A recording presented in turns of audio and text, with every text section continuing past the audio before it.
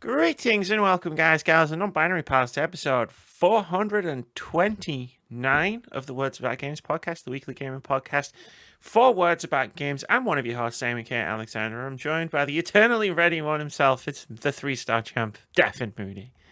I dusted it off just for you, Amy. Made sure it fit in everything. now that your fantasy critic, your bid for fantasy critic championship is over, you thought, I'm going to dust this off, bring it out, remind everyone who I am.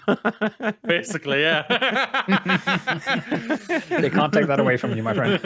They cannot at all. Howdy doody, everyone. It's Friday. You know what that means. It's video game day, the holiest of holy days. I hope everyone's had a great week so far. TBD. No, actually not TBD. It's very D. It's very D. Wasn't a great week. I'm sorry to hear that. It's fine.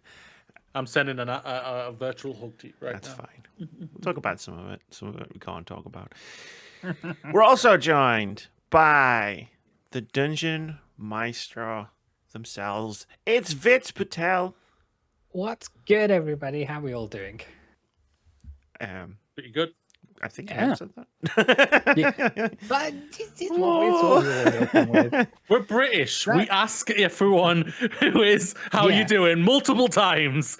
And we pay zero regard to what answer you say because we know it's just the automated reaction of, yep, it's Yeah, I'm okay. fine. We're doing Yeah. okay. Yeah, I'm okay. Yeah, I'm fine. exactly. Yeah. I'm fine. Yeah. You've had a Nothing wrong gunshot wound, whatsoever. Amy. Yeah, I'm fine. It's but a flesh wound. It's a flesh wound, yeah. It missed all the vital organs. I'm fine. Yeah. Uh-huh. Yeah. We're all still standing after last week, so it's all good. I'm still standing. Mm-hmm. I've ever been. Acting like a true survivor. What's up? There What's you go. going That's on? it. How's New everybody? challenge unlocked. How many Elton John song titles can work in today's podcast? One. Oh wait, was he Rocket Man? Yes. It was Rocket Two. Man. I could manage two. I could do two. I can do a couple. Can you feel the love tonight? Tonight. You have to I'm harmonize making with up- James. I'm making these words up as I go.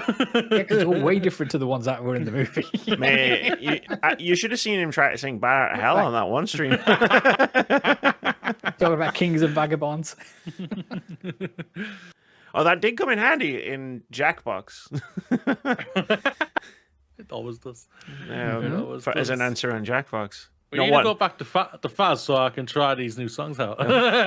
No one believed I sung the entirety of "Bad Out of Hell" on a live stream apart from Moody because he was there. Yeah, joined in. Doing it You with started it. I know I did. And then when you didn't know the words, I jumped in with the words. There you go. While she was singing it, I was getting the words up on Google so I can go through it. And then Ryan was just slowly Ryan was just like, I'm sick of this. He hates it when we sing. yeah. Like, So we do it even more. so we That's do the it even strategy. more. Yeah, Yeah. yeah. Obviously, of course. That's what we have to do. Well, do you remember that That's what we have to do. the thing that went around on TikTok? And this is mostly of it's not to you, Moody, because I know you don't do TikTok. I don't do the ticky-tock. You don't do the ticking and then you don't do the talking. When that one thing that went around where it was all the leaves are brown, but all the lyrics were changed to all the leaves are brown. Oh, yeah. It's just all the All the leaves are brown. Yeah. The leaves are brown. So I found out that Ryan hated that. So I started singing it all the time in Faz Yes.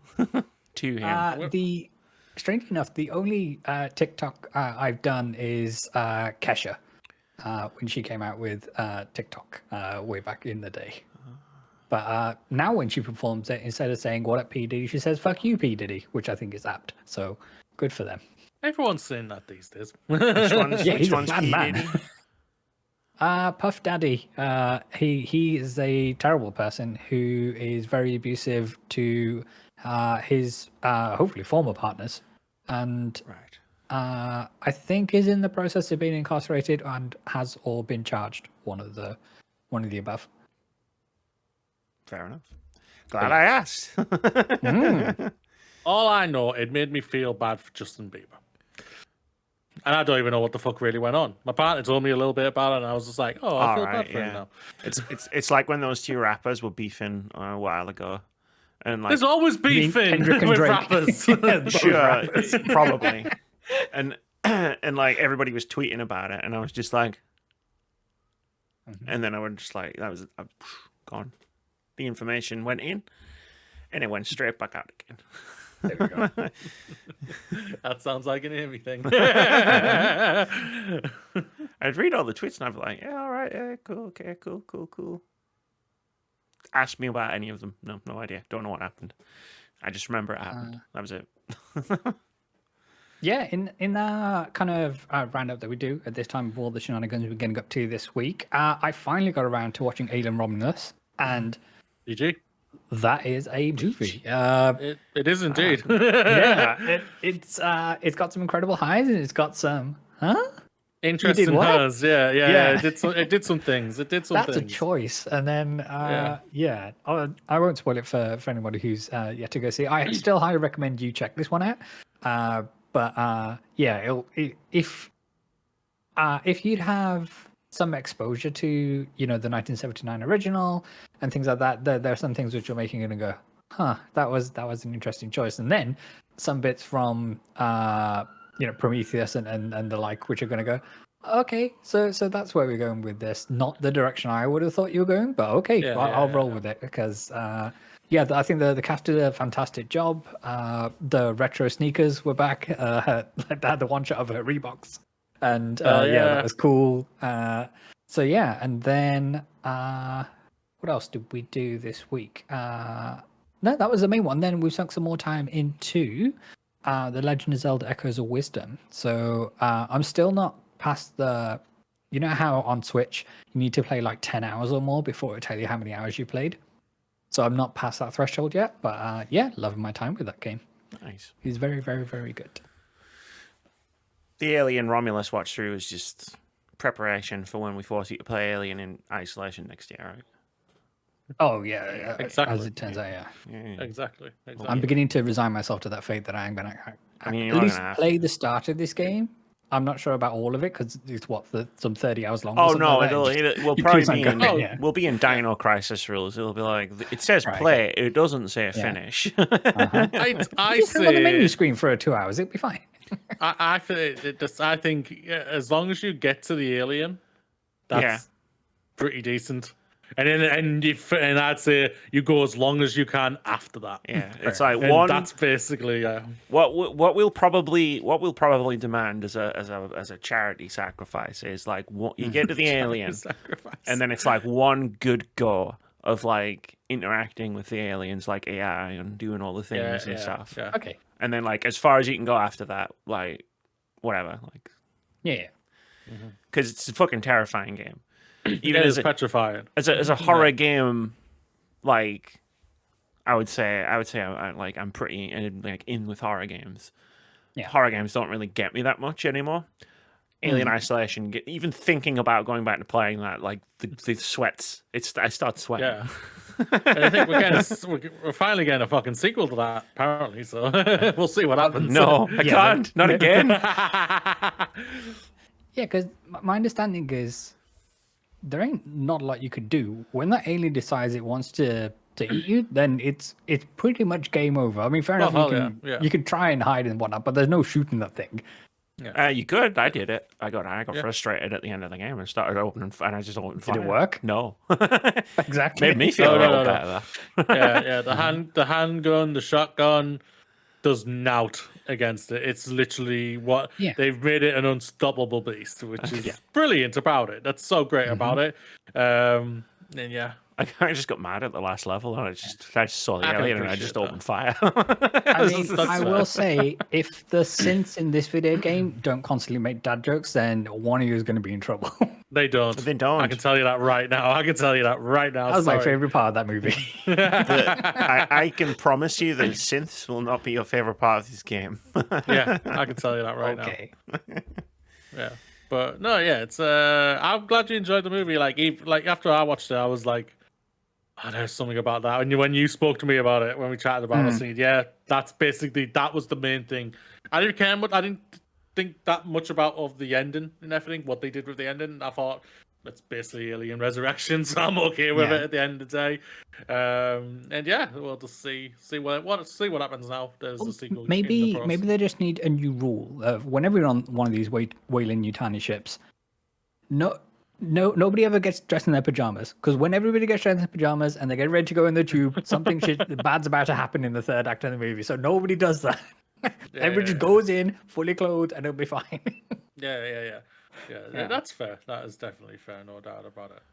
Nice. But we'll see. We'll see in the future. We'll see what happens. Yeah. I've been doing stuff this week. I finally got back to Crazy Ex-Girlfriend. I watched the first season and then it disappeared off of the streaming service. Crazy Ex-Girlfriend. Yeah.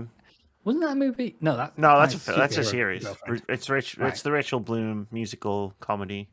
That's extremely funny, but also like a really good portrayal of like mental health issues. Fair enough. I was thinking of that Uma Thurman movie from the early. Oh God, the superhero one. That's the one. My super ex-girlfriend, Luke Wilson. That's the one. No, nothing like that. No, this is actually good. But I finally got back to it. Like it's on a streaming service, and I was like, I'll get that streaming service, like for a month, because it's got a few things on there. And I was like, I'm going to start with this because I really want to see the rest of this. It's excellent. I'll send you a link. I won't send Moody a link because he doesn't like musical stuff. I listen to a lot of Disney stuff. Okay. He was singing The Lion King not just 10 minutes ago. I know he likes Disney stuff because he's one of those Disney adults. Remember when Star Trek had a musical? No, it should be on the musical in Star Trek. That's why I don't send you musical stuff. Oh, that Star Trek episode wasn't that good. I won't lie. The song were amazing. Oh, you should hear the songs in Crazy Ex-Girlfriend. Doing all God. that, yeah. I'll send you the first song from the first episode. Holy crap. I recognize the lead actress, Rachel Bloom. Rachel Bloom, she's great. She's amazing. Yeah. I don't recognize the rest of the cast. I'm like, I don't know any of you. It's fair, to be fair, it's also it's relatively fairly recent as well. Like it only ended in 2015. It only ended like just before the pandemic. Simpler times. Simpler times. It was simpler times then? Yeah. We only had to deal with Brexit, and we all thought Donald Trump was gone and never coming back. So, simpler times. So you're telling us we've gone back to simpler times when we were talking about Brexit and Donald Trump came back? Somehow, wait, what? I don't. When he came through the first time. I think we all gave J.J. Abrams too much shit for somehow Palpatine returned. I'm just gonna throw that out there. That's the question. Somehow Trump returned. Fucking goddamn man! Like I think we all owe J.J. an apology for that one. Not for the rest of the film, just for that. Yeah, just for that one thing, which still makes no sense, even though they're trying to make that sense. Which they've mostly done that now on the TV shows and everything. But Ryan Johnson, I love your work in Knives Out and Glass Onion. The Star Wars one, not so much, but that's just me. I'm not a Star Wars person. So, but Ryan Johnson, you're okay for those movies. I mean, I think we should be banning Vitz. If you like Knives Out, you should watch Clue, the movie. I think you would really, really enjoy it. Has it got anyone speaking like Foghorn Leghorn in there? It doesn't, but it does star Tim Curry. I knew that. Yeah, that one, Tim Curry. Yeah. Doing Tim Curry things. I mean, Tim Curry's greatest performance is still Command and Conquer. Red Alert. Oh yeah, of course. Yeah. but this is a close second. Pennywise there. He was that like Home Alone 2 is right about there. Yeah. Yeah, he's good in Home Alone 2. Oh good God. In Glue. Rocky Horror Picture Show, but like Command and Conquer Red Alert. I think it's funny that you're forgetting that arguably the thing that made him when that was being Pennywise. I never watched it. Yeah, never did I ever. Yeah. I think the new version, first one was good. I've always wanted to see it, and I've never watched it. Yeah. It's the first one. I think is actually really, really good. I think they do a really good job, get the shit out of you in a really good way.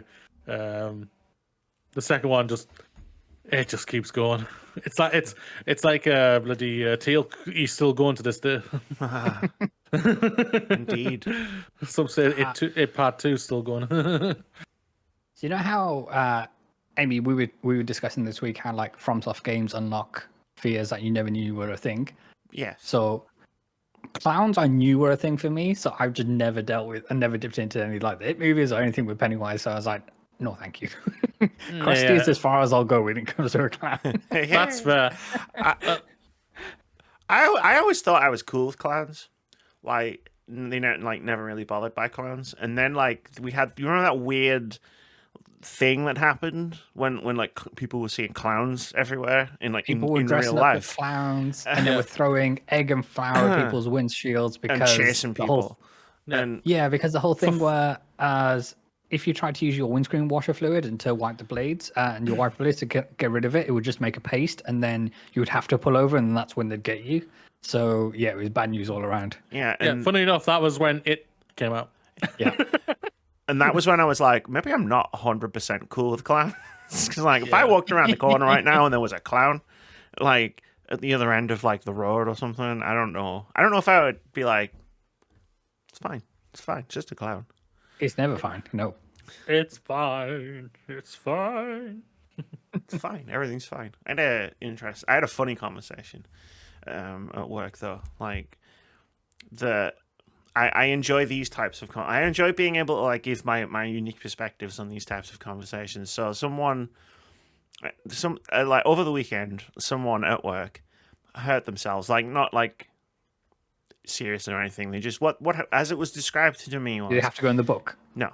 As it was described to me was she nipped her boob between two different things. Like Hey. And obviously Did you say boot or boob? boob. I thought that's what you said. I was like, what? And Okay, ow, cool. fuck, like it hurts. Yeah.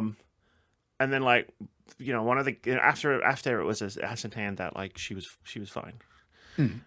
One of the guys was like, "Oh, I wonder what hurts worse, like nipping your boob or getting hit in the balls." And then there was apparently, because I wasn't there was apparently this discussion of like, "Oh, I wonder what hurts worse." And I was having this story relayed to me later. And when it got to the part where it was like, "Oh, I wonder what hurts worse," I guess we'll never know. And I was just like, or we could do a science. I know.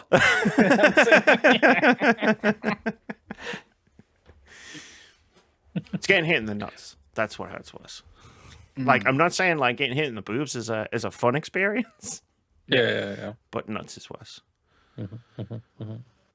Yeah, not recommended for either of them. I mean, That way. definitely not. Yeah. I guess we'll never know. I'm sitting right here. If only there was some way. If only there was some way. If only there was someone who had experienced both sets of pain. Oh well, nothing could be done about it. Let's Oh carry well. on. Never mind. I make jokes like that all the time, and you get two reactions out of people. The people who just find the joke funny because the joke is funny. Like when Phil bought me a nut-free cake. I had hours of fun. I had hours of fun with that. But then there's the people who like feel awkward about it and don't know where to put themselves, and that's even better to me. Like that's so much fun. Of course. It's like when you go when Trump supporters come after you and say, "Well, you voted a rapist in," and then they've got no comeback to that. They say, "Oh, he just sexually assaulted someone." That's not a good thing. No. They're the same things, right? Yeah, exactly. I'm trying to find the connection between those two statements personally, but It's been a week. It's gonna be 4 years, man. It'll be even longer than that. He's getting rid of all elections, don't you worry. Oh yeah, probably. hey, I'm on Bluesky. We're talking about fun things. Who cares? I mean, obviously I care, but right now I'm protecting my peace. I bounced around so many video games this week, and I landed on Fallout New Vegas because I think I just needed that comfort in my life. Yeah, that's what I've basically done myself. I'm going through True Colors again, and I've just got to the end of episode 2, which is like for me is like one of the biggest episodes ever for me. And it's just like just playing it, and I'm literally taking my time. Like that's why I'm only at episode 2. I'm like I could have smashed through this already, but I'm just like I'm taking my sweet ass time because it's just because of the bad flavor taste that Double Exposure gave me. I was just like, oh, this is home, and it is home. Maybe that's my reaction as well. It was like, damn, this sucked. I don't have Life is Strange True Colors. What do I have? Oh, I have my favorite video game of all time. I'll just play that. Yeah, But let's go back to the nuclear apocalypse. well, For all the warm and fuzzies. I don't know if you can draw a connection between the three things. So, like, Crazy Ex-Girlfriend or whatever, I'm watching that. But, like, so I'm writing about Elden Ring, which one would say could say is like a post-apocalypse thing. Oh yeah, it's not a fun time. Current apocalypse. It's just somewhere in that sort of vague mix. I'm reading Earth Abides by George R. Stewart, which is post-apocalypse fiction, and I'm playing Fallout New Vegas, which is a post-apocalypse game. So basically, you're getting yourself prepared for the post-apocalypse to happen in the next 3 years. I'm covering all of my faces. We've got world falls apart, like, because of like all of the lords doing all the things, and like, you know, like time and physics don't make any sense anymore. We've got a viral post-apocalypse and we've got a nuclear post-apocalypse. It's like, whatever happens, I'm gonna be fucking ready. That's it, yeah. Bug out bag, get ready. Let's go. How many canned food have you got? Not that much.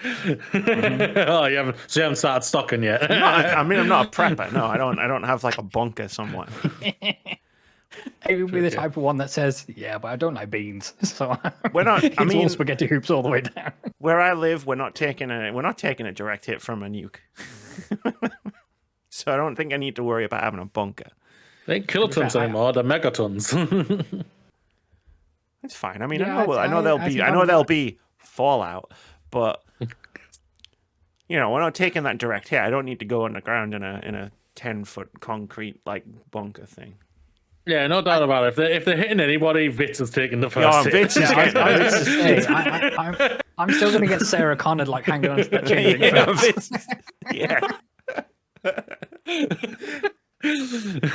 Moody lives in the Austin and nowhere at the end, so he won't even know it happened for a few days. Yeah, I'll be okay. Like, yeah. What's that, bro? You'll just be like walking the dog, and all of a sudden you just be like, "It's big fireworks." What's that smell? Is that snow? I love the smell of napalm in the morning. And speaking of the smell of napalm in the morning, Smooth Looks Egways is in the house.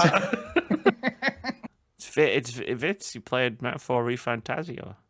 I did. Yeah. So did you have a Fantazio experience? It was indeed a Fantazio experience. Yeah, so I put 77 hours into this. I have to play on PlayStation 5, although this game is available on most places apart from the Switch, I don't believe. But yeah, so this is, for those who don't know, this is the latest title from the team over at Atlas. And this is Team Zero, which is their first game, and they are comprised of the project leads of Persona 3, Persona 4, and Persona 5. And before Persona 5 was released, they left Atlas, or they left the Persona team, rather, and spun up this new studio, Team Zero. And then this is their first title, Metaphor ReFantazio. And yeah, so not to be confused with the iterations of Persona 3 Bears and Persona 4 Golden and Persona 5 Royal. Those are done by internal teams at Atlas who kind of take the base game and then are left to experiment with some of the newer stuff in terms of some of the ideas to add more quality of life and what have you there. But yeah, this game is fan-damn-tastic. It is up there already with one of my all-time favorite RPGs of all time. And it is in the running to be in at least like top 10 of my all-time favorite games in total. It is that special I thought you were going to do that content creator thing that I see them do so many times, you know, where they're like, it's one of my favorite games, like this is going to be one of my favorite games, this is one of the all-time greats, and it might even be my game of the year. Like, come on, bro. We're not putting those spoilers out there just yet. Amy was going to shoot that down. He's like, shut up, we're not there yet. Obviously, if it's one of your all-time greats, it's obviously going to be a game of the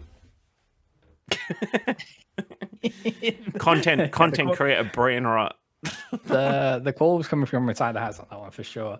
Yeah, so this game is Persona in many different ways, but it also takes some of the learnings from Persona 5, at least not necessarily Persona 5 Royal, and brings them over to this and improves on them and streamlines a lot of the combat system. So I think the combat loop is some of the best I've experienced within these Atlas games. And for context, I played Persona 5 and Persona 5 Royal through to completion kind of thing. So this is my third Atlas title. And yeah, it streamlines a lot of the combat, as I say. So in Persona, while you're dealing with capturing the various different personas which are akin to Pokemon, and they all have elemental attacks and what have you, in Metaphor, you're dealing with archetypes, and they can be spec'd to any character, and any character can wield pretty much any archetype you would like them to do, kind of thing. And that really opens up the strategy and the kind of make up your team and how you want to spec things. And actually, your party members will have different levels of base stats and things they're strong at and some things they're not strong at, kind of thing. So you need to tailor them accordingly. And again, it gives you a lot more freedom and a lot of scope to kind of experiment with different builds, which I found really freeing in this game, kind of thing. The story itself goes places, and when we often say, this video game, this has got something to say, this has got a story to tell, kind of thing, and this has got some kind of meta narrative on top of what it's trying to say in terms of a commentary on society and where we are. This is one of those games, and it resonated with me on such a strong level. The overall concept of the game, and I won't dip into too many spoilers here, but there's an election. There's a power vacuum after the royal family is essentially ended, and the late king, in his eternal wisdom and through some freaky deaky magic stuff, is saying, right, we're not just going to go by lineage this time. Whoever earns the heart of the people, they will ascend to the throne. Doesn't matter if they're a prince or a pauper or anything in between, kind of thing. Communism. And then Do I speak communism? Yeah, and Bernie Sanders is there too, with a little bit of socialism thrown in. So Imagine if Bernie Sanders. Oh my god, that would the game of the year. he's once again asking you to play Metal ReFantazio.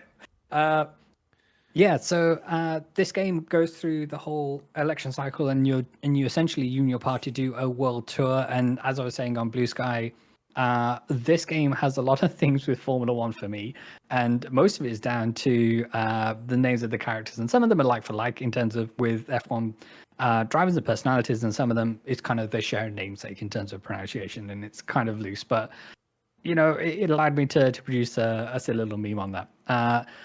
So yeah, the story itself is one of the strongest parts of the game, and then that's not to detract from anything else that the game does. I think the confidant and the bond system it has works really, really well.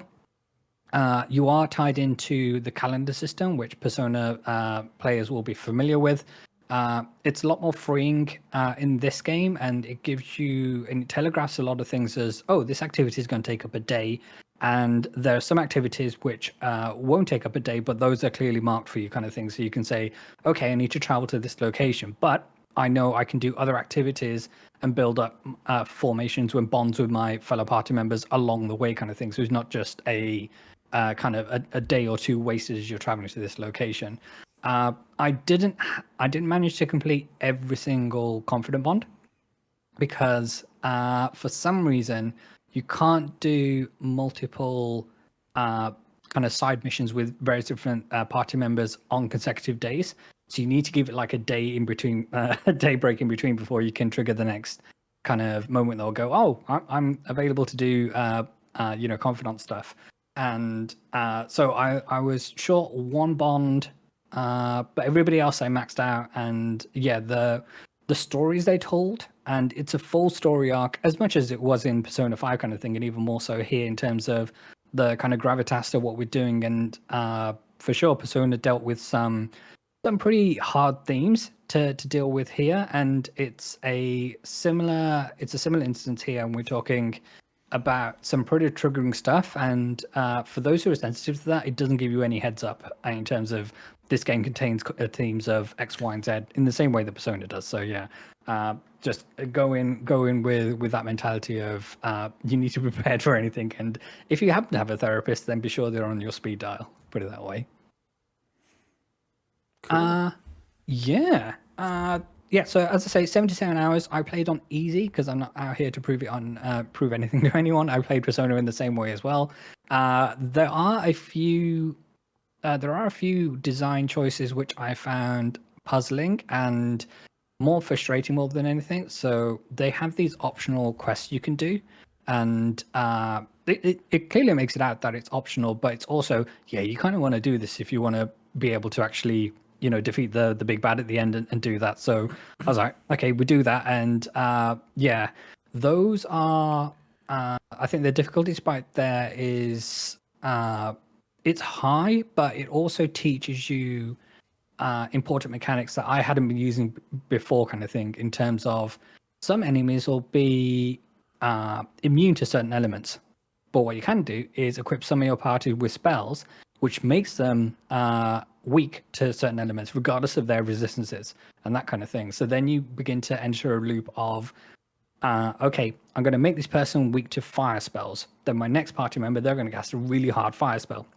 Then it loops around, and you're swapping between different elements and making them susceptible to them, and that's how you kind of gain the upper edge. And while it doesn't have kind of the pass the baton or one more system that Persona 5 introduced, it does have some similar mechanics where it's a turn-based RPG, but it doesn't necessarily. It has very different mechanics where you can essentially extend the length of your turns, so you can really bring home the damage. Yeah, every character gets an action, but if you hit a weak point, like if it's weak to fire and you hit it with a fire spell, you get an extra action, but it goes down the line again.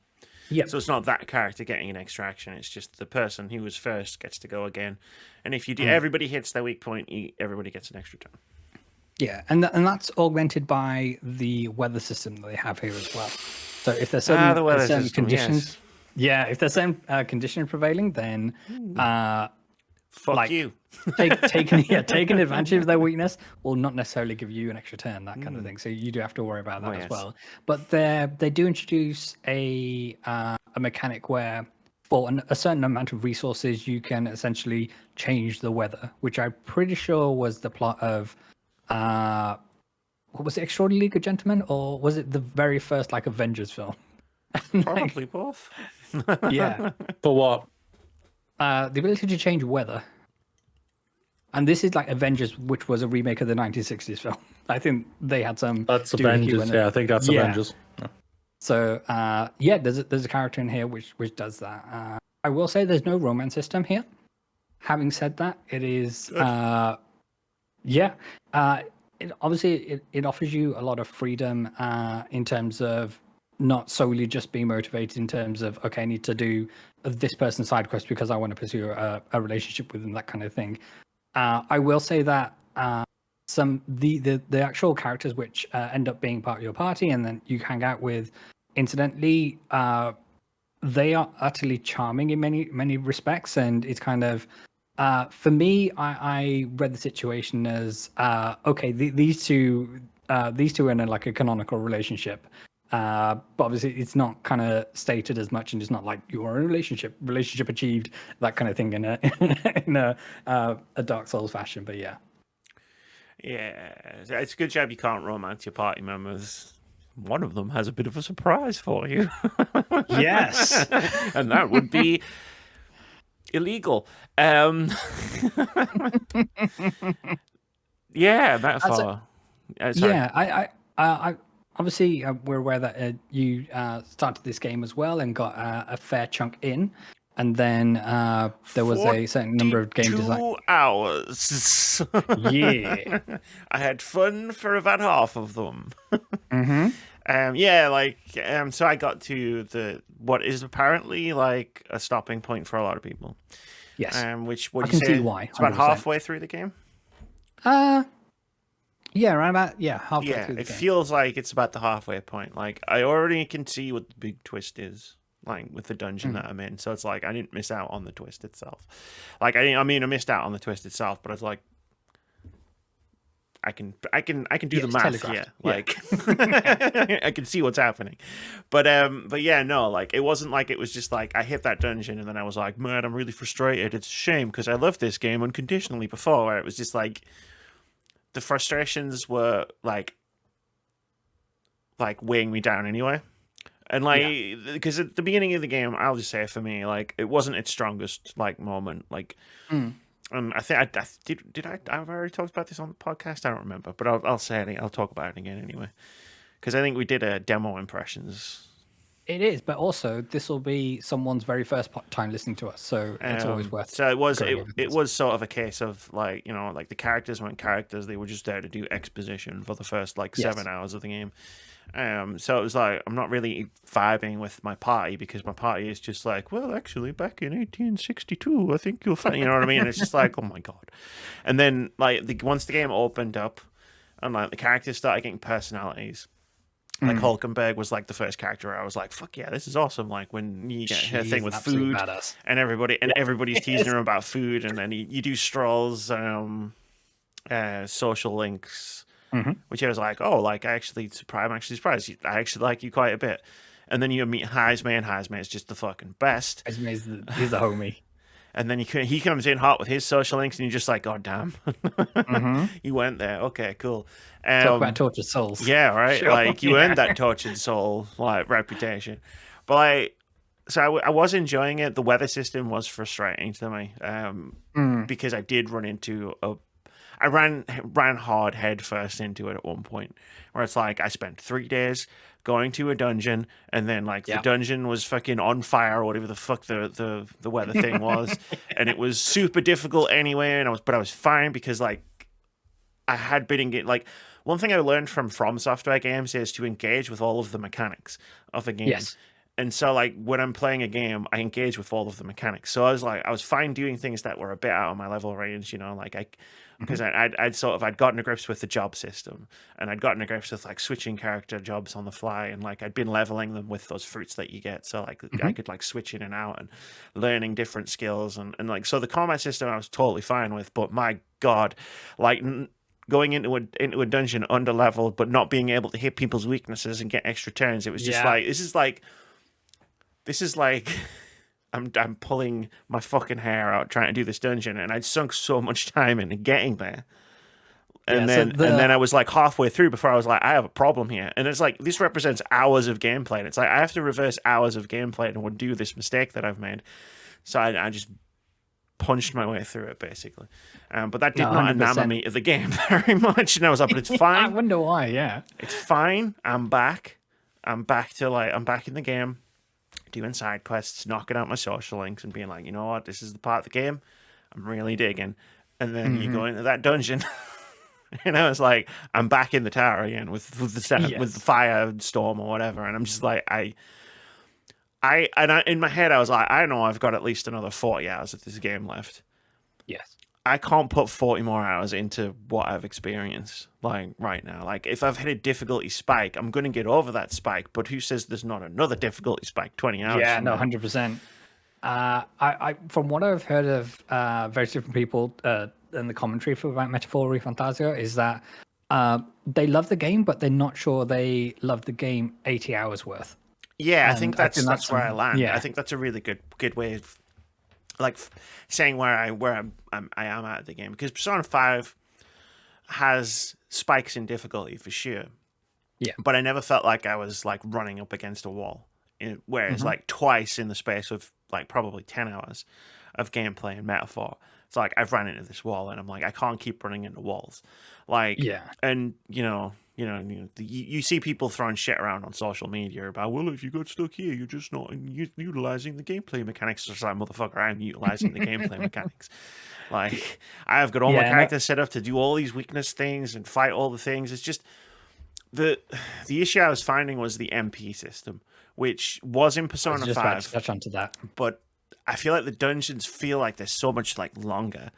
Like especially the main dungeons feel like they're so much longer that what was ending up happening was like, and it's probably partially like a me problem where it's like, you know, I'm having to stop constantly to refill my MP because it's like I don't want to grind through the dungeon only using my melee attacks so that I can get further, but then I'm like, because it's just boring. It's boring. It is, yeah. And it never happened to me in Persona 5. When I hit a stopping point in a Persona 5 dungeon, I dipped and I was like, you know what? I feel like I've accomplished a lot today.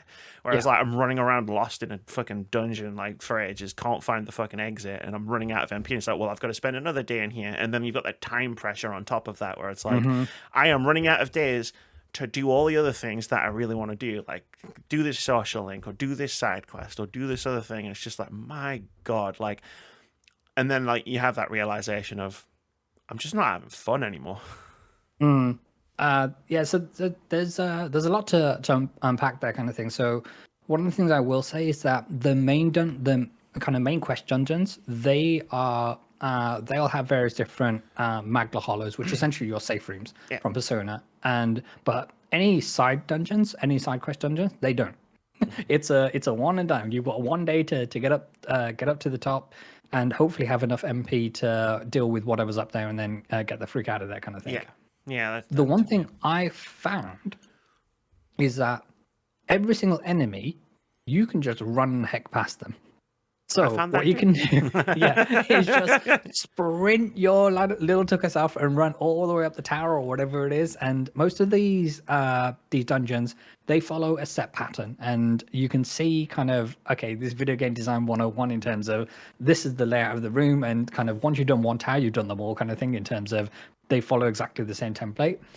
So you know exactly where you're running. You can, and as we spoke about in the kind of demo discussion, there is like an overworld combat system where you can do melee attacks, and there is a dodge roll, and it works as rough as it sounds. It's horrible. But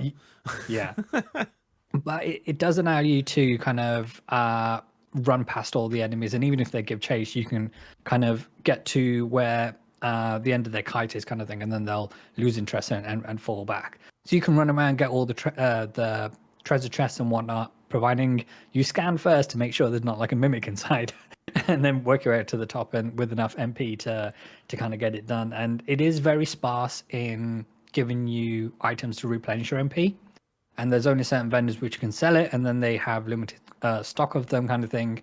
So you do kind of have to manage that. And because of the time constraints, I never wanted to do dungeons over multiple days. In some instances I had to, which I think is good. Ordinarily, for the main dungeons, I think it's part of the design. Like it's cool to knock out a dungeon in like one go, like, and then get to the end, and then like you've got this whole like massive part of the calendar where it's like I can do whatever I want, no worries. This is great. But doing dungeons over multiple days is fine. Like that's how I used to segment them, like in Persona and in Metaphor, where it's like, all right, I got a decent way into this dungeon. Cool, I'll do some other stuff for a couple of days, and then I'll go back to the dungeon. And then, but it was like being stuck at the same Magla Hollow. Yes. For like 3 days. You go out and then come back. Yeah, for like 2 to 3 days straight.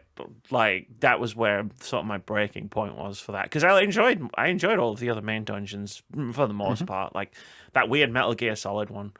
Yes. It was fine. It was a nice gimmick, I guess. But yeah, as I say, I really, really bonded with this game, and it's one that I think the name of the game holds it back.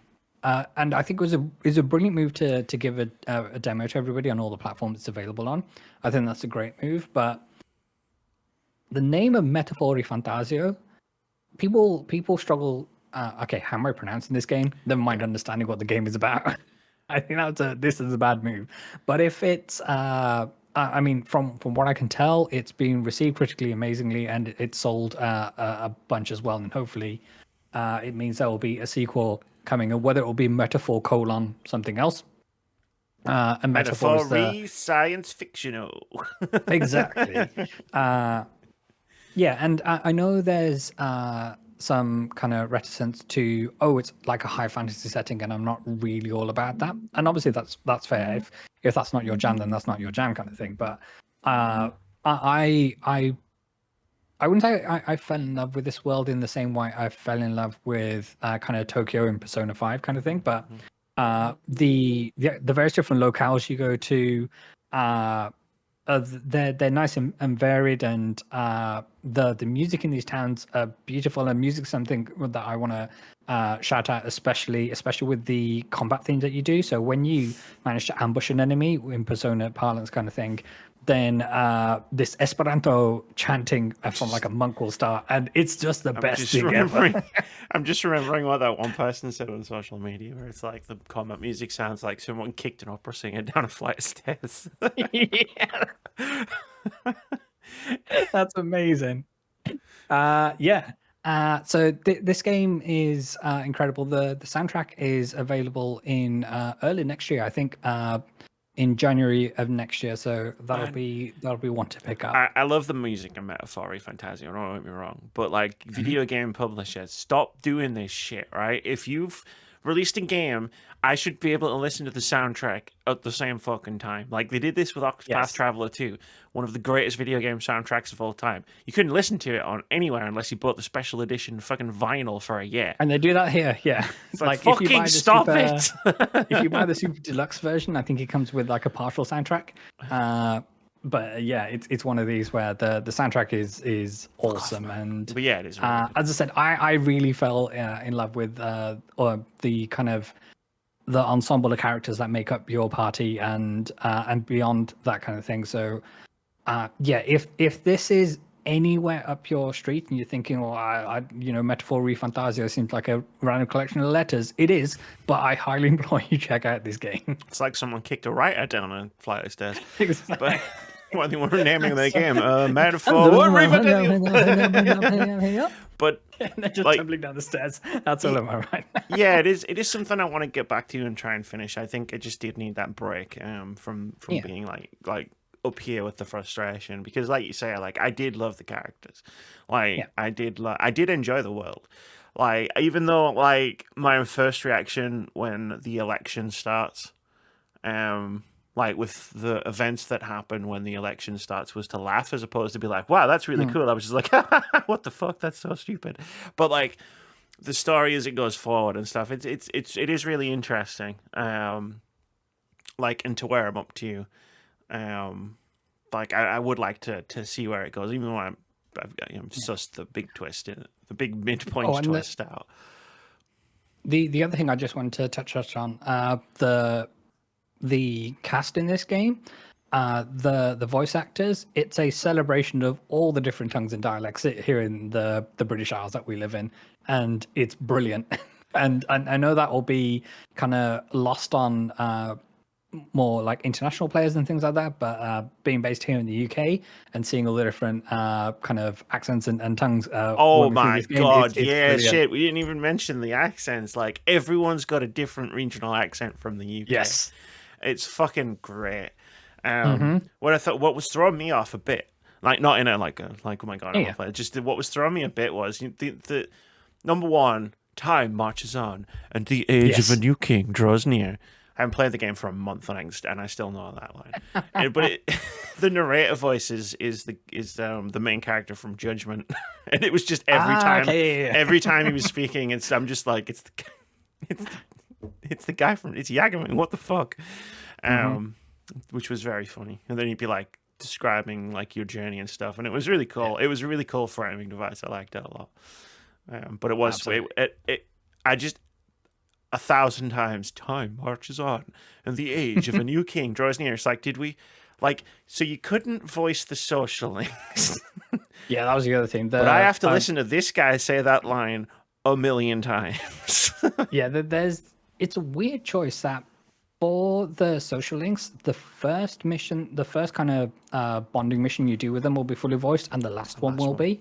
But anything else in the middle won't. And it's a really strange thing. And I imagine in like 18 months' time, there'll be Metaphor ReFantazio Golden or whatever it's called. I'll just wait for that, Metaphor ReFantazio. And it'll have a bunch of quality of life updates. And that will bring some of that, because, it is absolutely jarring that you have such high production values and then it just seemingly goes away. Yeah, and then it's like Kickstone, and it's like, I get it, JRPGs have been doing this forever. Yeah. Like, you know, like you have like even in Octopath, it's like there's so many cool voice actors doing so many cool voice lines, and then there'll be like tons of scenes where it's like, and then now it's text only for a bit.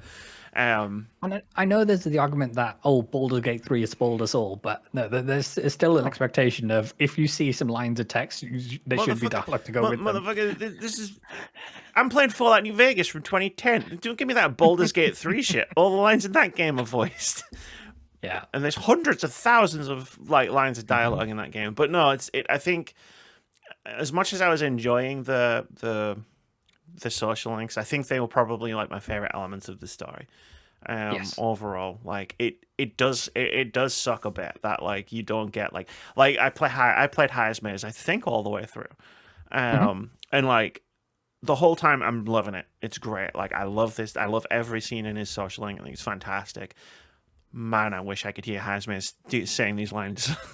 Yes, like especially 100%. like these like this bit. It's just like I think of things that are voiced, and I'm just like, if you only had a certain amount of budget or time, it's like, why didn't you allocate it here instead? Because I think it would have made a much bigger impact to hear the voice lines here than, you know, certain other places.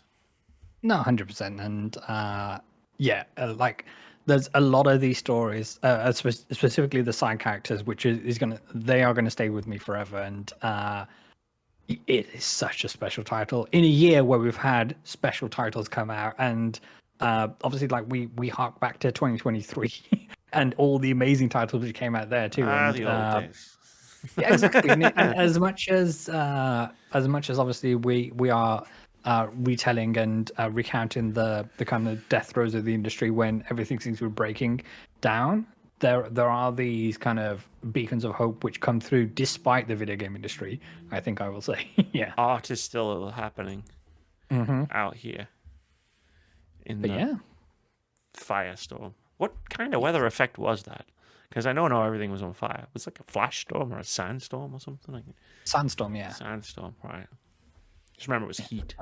They introduce even more weather types later on in the game, and they are no more fun. Maybe use that as one layer of friction too far. Yeah.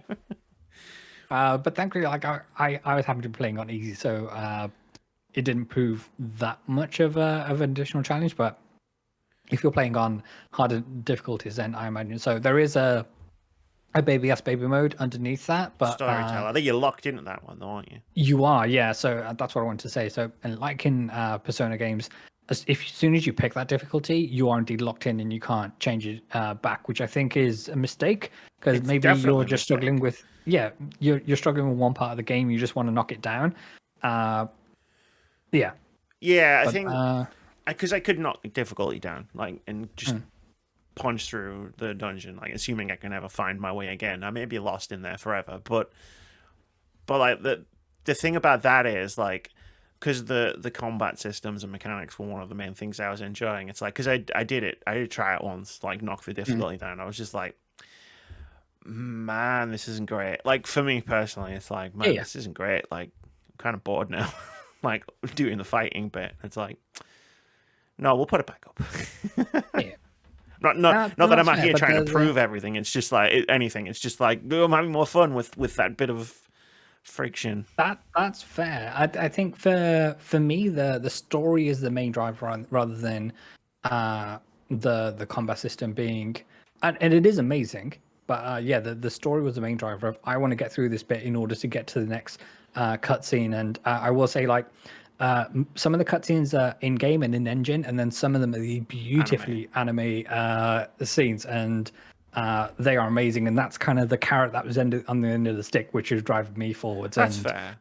It's the little things in terms of they have an area in this game which is populated by people who happen to have this beautiful Welsh accent, and these people worship a dragon. They do. It's beautiful. and they're all Welsh. It's fucking great. Like you're in the West Country. But yeah, no, like I think that the difficulty thing is like I've done it before where it's like I'm enjoying a game's story or a game's characters, but like I'm not enjoying its like gameplay. So then it's like I'm trying to mainline the gameplay, and then it's like, well, no, you're under level, dickhead. And I'm like, all right, well, I'll turn the difficulty down. And then it's like the gameplay becomes the thing that I'm putting up with to get to the story scenes, and it's like, so I'm like spending hours just being like, yeah, come on to get to the story scenes. And it's like, there is an easier way to experience the story without the monotony of the gameplay. Like, and I always find that, like, no matter how good the story is in a game like that, I'll always think less of the game if I force myself through hours of gameplay to get to cool stories. So I guess I've learned the hard way not to do that to myself. Yeah, in a similar way that I don't reward games which have bad trophy lists because I just won't go for those platinums, that kind of thing. It's that kind of situation. And get 100 headshots in multiplayer. How about fuck you, game? No, I'm exactly. not doing that. It's one of these where towards the latter stage of the game, there are these optional quests you can do to essentially reduce how difficult the kind of final throws of the game are going to be. And so there are some linearity there, and I think it's one of these where, say if you're at a difficulty, and we'll just give it a number 100, and that's normal or medium kind of thing. What we're looking for is easy, not to be 12. It needs to be like an 80 or something like that. Yeah. That's kind of what we're looking for. The Dark Souls approach. Yeah. Yeah. But as I say, I adore this game, and I adore the characters and the story it told, and the message it had, and its commentary on society in general. And please check this game out. And by all means, check out the demo. I don't think it's been delisted, so be sure to give that. And it's a meaty demo as well. It's something like 10 hours long. Black Friday sales start next week. That's all I'm going to say. I think. I'm pretty sure. I mean, there might be some evidence to say that you had your hands on some certain materials which indicated Black Friday would be soon. I mean, Black Friday itself's not for like two and a bit weeks, but like, like I'm pretty sure like PlayStation the weekend after Thanksgiving or the day it's after the Friday Thanksgiving, after right? Thanksgiving, but now it's like the entire month of November. But the final 2 weeks, it's 21st to the 2nd of December. Yeah, but the Steam sale will be on and the PlayStation Store sale will be on. So, hey, if you want to check it out, you might be able to get a little bit of a discount off of it. And I hear this game runs really well on Steam Deck. So if that's your vibe, and I think this would be a great game to kind of travel with and to have on the go with you. So if that's an option for you, then I would recommend that too. Nice. There were some performance issues in this game, I will say, with some. It was only the transitional cutscenes. So when you like enter an environment or go through a doorway, and then it'll play that animation of the main character like running towards the screen or running away from the screen, or walking towards it and stuff. Yeah, and it would chug in those moments, but that was it. Fair enough. I don't know. I played it in 1080. I didn't have my 4K TV yet, so when I was playing it, so I was on like graphics mode or performance mode, like whatever. I've set my PlayStation to always go performance, so I don't remember choosing between any options. So I just went into it. Yeah, and they just did the thing. Fair enough. My topic this week was almost about my 4K ray traced experience of the Silent Hill because it was quite interesting. But let's do an indie game of the week and then get to a halftime break. Sure. So indie game of the week is something that we do every week where we talk about a cool looking upcoming indie game that we think you should wish list. If you like indie games, scroll down to the description of wherever you're choosing to listen to and or watch this podcast. You can click on our Steam Curator page, which has all of our previous indie games of the week, which is well over 100 indie games at this point. It's a lot of indie games. And like I said, Black Friday is coming up. Get yourself some bargains on some cool indie games that we've given a thumbs up to. But when you wishlist stuff, Steam will let you know when that game is on discount. Oh my God, will it let you know when that game is on discount? Yes. Oh, I've got 12 emails from Steam. Interesting. This week's indie game we think you should go and check out is called Acts of Blood. In the bustling city of Bandung, Hendra's life torn apart when his family is slain by his stepfather's business rival. Left alone and seeking justice, the college law student finds no help from the corrupt legal system that protects the killers. Discovering a powerful group behind the attack, Hendra decides to take revenge himself, determined to make them pay for their actions. Players will play as the protagonist Hendra, engaging in fast-paced, hand-to-hand combat against waves of enemies across various levels.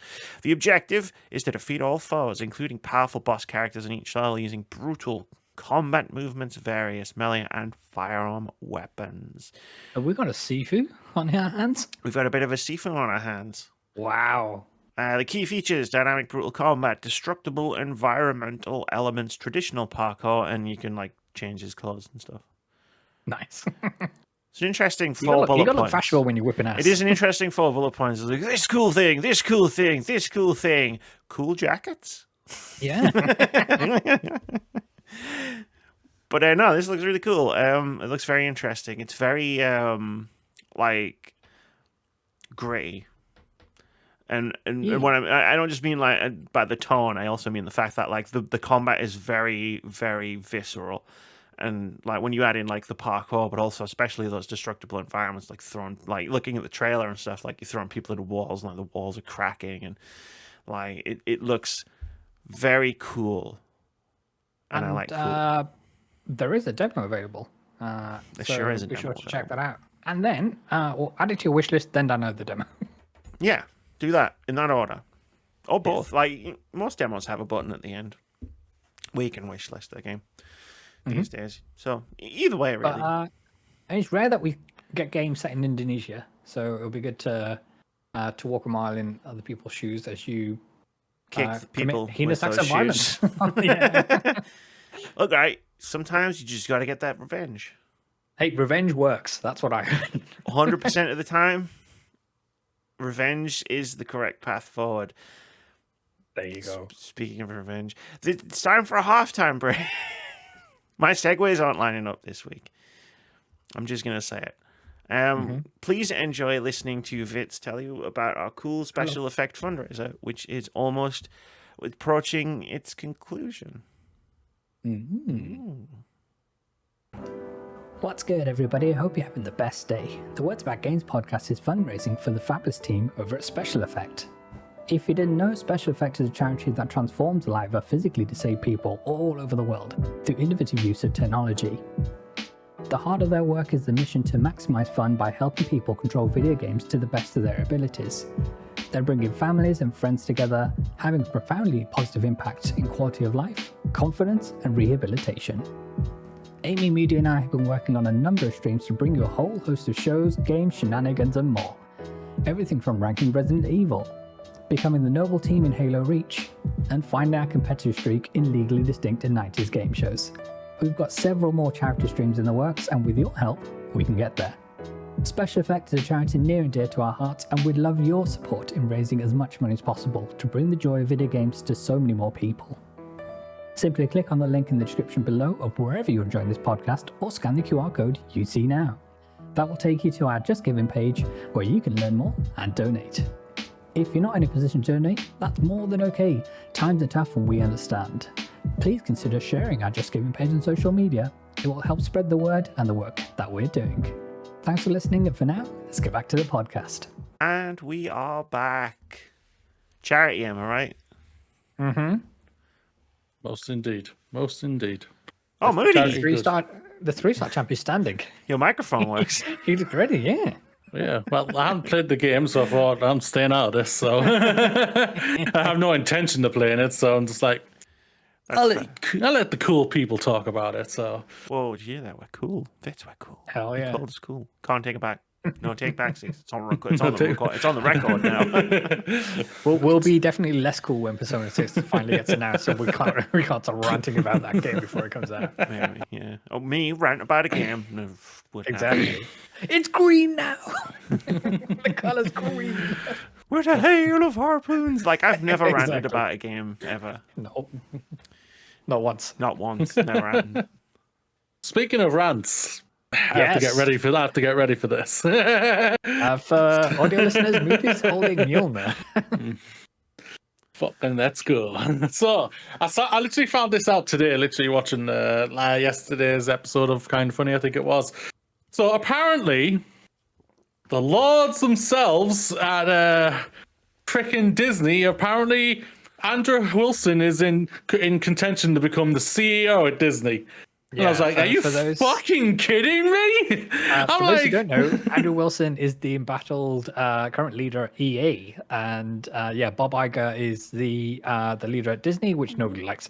And now as it turns out, go for it, Moody. I would say the majority of people still like him at Disney and everything like that. I think it's the fans who haven't liked what he's done since he's come back, which I agree with. Is he a CEO? Well, yeah. Don't like him. I loved him when he was first there. But either way, yes, Disney, I'm just going to literally say this. This will be the stupidest mistake you've done since putting the last guy you put in as CEO. And that was a fucking torrent time in itself. You'll be bringing Bob Iger back in literally 2 more years after fucking Andrew Wilson ruining the joint. The worst thing is about it, Andrew Wilson has a track record, which for a CEO, he is hitting everything what every CEO company wants them to hit. He's making the money and everything like that, yeah. And that's sadly what it is, and it's really annoying. I'll just say this, Andrew Wilson, stay the fuck away from my fucking Disney. I'm a mark, and I want my Disney to stay.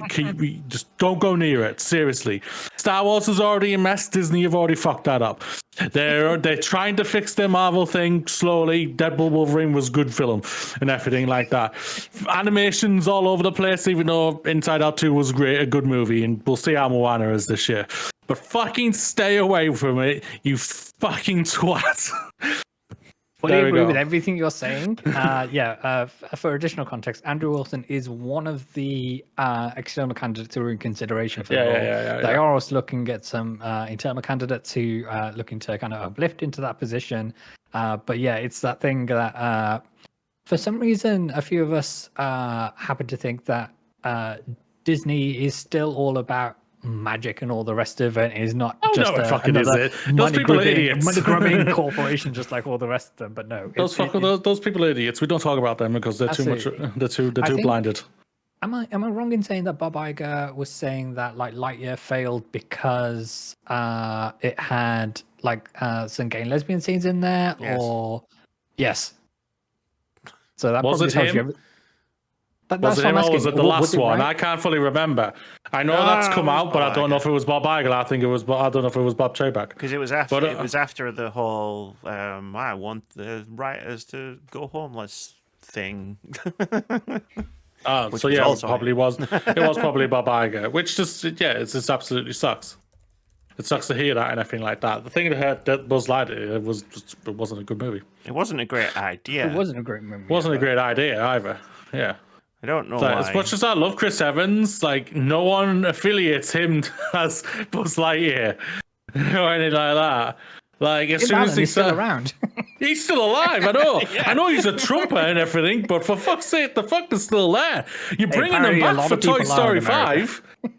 You're bringing him back for Toy Story 5, so he can't be that bad for you and everything. But Jesus, it's when I heard that I was just like At the end of the day, I don't think it'll happen anyway because it'll be too much of a payout to get him out of EA. It'll be too much of a payout. It'll be absolutely extraordinary amount of money they would have to fucking pay him out to get him into Disney. It'll be an inside candidate. I think that's who it'll be. Who it is, I have no fucking idea. The other thing to consider is like EA had the exclusive license for Star Wars games, and they absolutely bottled it. Right, they fucked it up. Yeah, so why would you get someone who took the license and used it as toilet paper? Because he makes lots of money. That's the thing about it, yeah. And that's what it is coming down to, which sucks. But yeah, that is not my main topic. I just wanted to rant about that because when I heard it, I was like, what the fuck? Speaking of corporations, what's your topic? Speaking of corporations, let's go to Microsoft, everyone's favorite thing. I love talking about Microsoft. It's we're all green with blood and everything like that. The only thing we're missing is Xbox now, according to their latest marketing spiel. Everything, and those firings just like fix the company and everything. But either way, yes. So the article is from Eurogamer, but the main article is through Bloomberg, and this is from Xbox Phil Spencer, and he has said there's nothing stopping any of the company's games coming to Nintendo and PlayStation platforms in the future. We already fucking know this. It's happening. If you like it or not, Phil, get over it. The quote: "I do not see sort of red lines in our portfolio that say thou must not." When did he turn British? Quote, British, adding that it was still too early to discuss Microsoft's plans for the next Halo. No, it's not. You're doing it with PlayStation. You know you are. Now being built in the cross-platform friendly Unreal Engine. Xbox launch, yeah, we already know about these ones, Rare and all like that. And obviously, Indiana Jones: The Great Circle is obviously going to release it in December and early next year on the PS5. And an extra thing in the wider range of the interview, Spencer has also discussed the long-held desire to launch some kind of Xbox handheld. Microsoft is currently working on a prototype and considering the market. I can see Amy in the background of just while I'm reading this. On prototypes and considering the market. Amy, you can go in a minute, don't worry. Spencer said, though, the launch of an official Xbox handheld is still a few years out, because I just don't think you actually had a plan for it until the PS Portable came out and went, oh, that actually works. Spencer also has talked about buying more companies. Hey, that's what we want to see in everything from Microsoft. It's the only thing they're good for these days. After a record-setting $69 billion buyout of Activision Blizzard, that fired 2,000 staff over the last 18 months. Since that happened and everything, just people need to understand that. The Xbox chief said that we're still looking for deals that add the geographic diversity, such as teams in Asia, despite its walking away from Hi-Fi Rush. I was going to say, you did a really good job earlier in the year. The Xbox business has never been more healthier, Spencer concluded, when asked how he felt about 2025 after a year parachuted by repeated layoffs, suspected by, again, over 2,000 by his own company himself. The business is performing right now. And I think that means it's more healthier. It's a more healthier future for hardware and the games we build. And there's basically three things that I would like to go off, obviously, here. It's obviously handheld.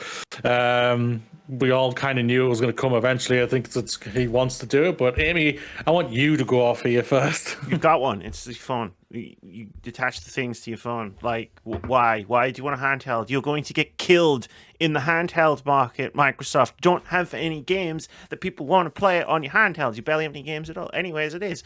But, like, the whole point of xCloud, or whatever the fuck it's properly called, I always call it by the beta name, is like you can play on your phone.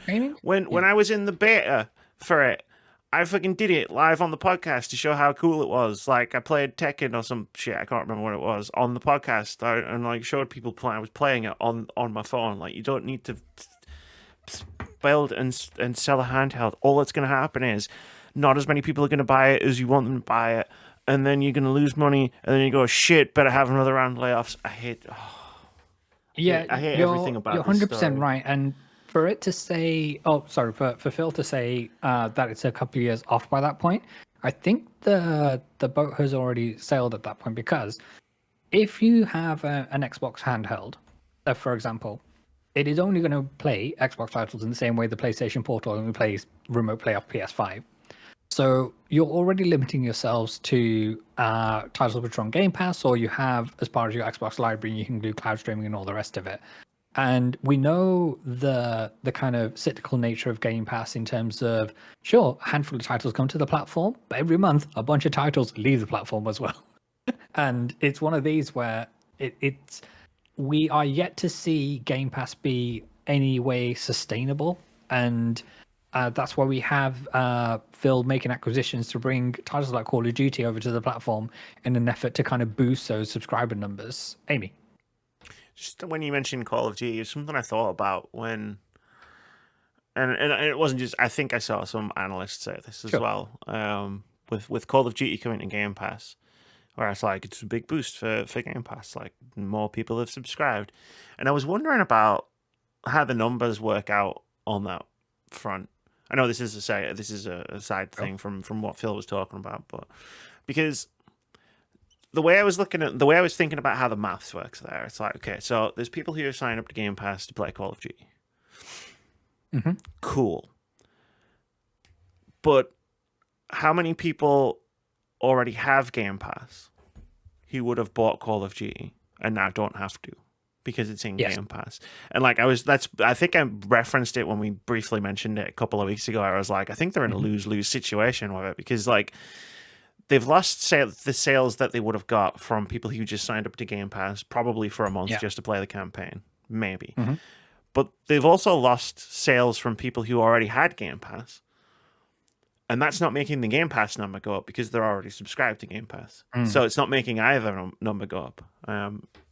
There's just something I was thinking about. And you put the two together and I was like, neurons are firing in my brain. Absolutely. And I think you're right. Thankfully, for them, the sales figures on on PC and on PlayStation, they're going to be more than enough to kind of make up the shortfall. But yeah, it doesn't make any sound strategy. I wonder if it's going to sell bazillions of copies. Like it's going to make shitloads of money anyway. Like I wonder if the sales are going to go down. Because of we'll find out in April, I guess. Right? It's just like I'm wondering if they're going to sell as many copies of this year's Call of Duty as to next year's, or maybe the effect will be next year's Call of Duty, where I thought people have realized, we can game the system. Expectation is there. I think it's not. Go on, Vitz, go on. No, if it's about Call of Duty, you go, because I was about to move on to the Asian. No, it was going to be about Call of Duty. Yeah, I was going to say. There's no doubt about it. Like, how long's Call of Duty been out now? What, 2 weeks now, or a week? Yeah, I will say the campaign is utterly fantastic from what I've seen. I was watching Andy Cortez play through on his YouTube channel, and it is phenomenal. Is it? Yeah, that's good. I've mostly a lot of people go for multiplayer for that, but some people do go for the story as well, campaign. But no, I think if the number had done anything good for Game Pass, Microsoft would be talking about it. Yeah, they'll be saying it right now. They'll be shouting it from the skies, saying, we've had this amount of numbers go up since Call of Duty released on Game Pass and everything. That's true. I don't deny that probably the number has moved a little bit for Game Pass. No, sure. But I don't think it's obviously clear because they're not talking about it. It's not a significant amount of number. And then in April, all the people out there will be trying to think it's a significant amount, and it won't be. It won't be because there's no doubt about it. It's a long-term thing, investment to the part of like it won't probably get a proper, I guess, accurate number until probably the next Call of Duty comes out. Then we can probably see what's what. Then see how, between the one that's just come out and the next one that comes out and everything, and then they can probably start saying if it's good or not or what for it. I stand by that. I don't think it's a good thing for long term, but either way, it's one of those things where it's like it's about retention. It's not about Game Pass subscriber numbers in the first month. It's how many do you convert into being long term subscribers, right? And like that's why I'm not convinced a subscription model for video games will work out in the long term. Like as the main focus of your platform. Yeah, because the cost to produce them are far too high in order the time it takes to make them. Yeah. The resources that need to go into it, it doesn't make sense for the creators, never mind anybody else. Yeah, there's no doubt about it. The whole thing's just they're seeing things that I don't think we're seeing and everything like that, which I can appreciate. They're obviously they've got their finger more on the buzzer than we do and everything for what they see. But it's also this whole thing what Phil's just been talking is nothing but corporate bullshit as always, what he always speaks about. He's become an absolute master of it over these last 2 years and everything. But going back to like one of the things that I wanted to jump on for myself was like what you both brought up was like the handheld thing. Microsoft have proven out of the 4 generations they've been in, they've only done well in one, and that was 360, which was a decent hardware and everything like that. But everything else, a lot of people haven't bought and haven't cared about. Microsoft are a software company. They need to stop fucking thinking they're a hardware company and everything like that. Because every time they try and do hardware, fucking the mobile fell flat on their freaking face. Consoles, for the most part, they've fallen flat on their face and everything. And now they want to say they want to do a handheld. Like what you said, Amy, they have it. They have it with the phones.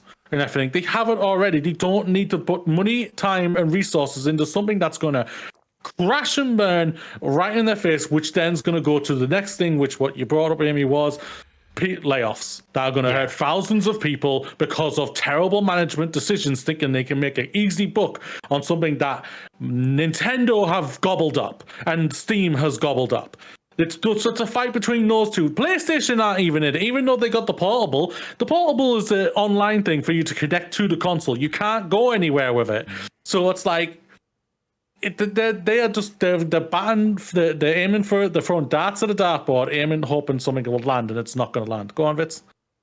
So just to follow up from that, so we often hear Phil Spencer come out and he makes these statements, like we heard at the towards the beginning of the year after the developer direct kind of thing, and they were bringing the 4 titles across to different platforms. And what we tend to see is Phil will come out and he'll have this word salad and he'll have all this corpo speak, and then immediately afterwards there'll be some messaging from Xbox or something that comes out from Xbox which completely contradicts everything that man just said. And to this point, he's talking about, okay, we're going to have a dedicated handheld, and it's going to be some years off, and like we've elaborated on, the boat may have already gone by that point because, you know, Steam is already in there with Steam Deck and what have you. Then the other thing is, so at the day of recording, Xbox have revealed their kind of marketing push for their holiday season, and essentially it revolves around your Xbox is everywhere. So it's a campaign that says, you know, your phone is an Xbox, your TV is an Xbox, your Apple Fire Arcade stick is an Xbox, Amy is an Xbox, Moody, you're not an Xbox, because they'll have like a picture of a cat litter box, and it says this is not an Xbox, but Amy, your Series S, when it was with you, that was still an Xbox. Whoever owns it now. Yeah, it's one of these things where Phil is saying, okay, we're all about dedicated hardware and we're going to make this new handheld. But in the very next breath, Xbox is saying it doesn't matter what you have, everything's an Xbox. So why should anybody buy a piece of your hardware when it's available everywhere else? And the kind of the games which are available on PlayStation and whatnot, they're not coming to your side of the table. So it's kind of there is no point, and they're absolutely cooked in the hardware space itself. And the point I wanted to get to when it comes to Asia is they want that China money. They want to get into kind of all the mobile game stuff that like Tencent has got their fingers in, and that's where they see the next bit of growth, and they need to invest in that because the numbers need to go up. And as we see, the video game industry is collapsing on our part of the world, but in China and like with Tencent and companies still funneling millions and millions of currency into there.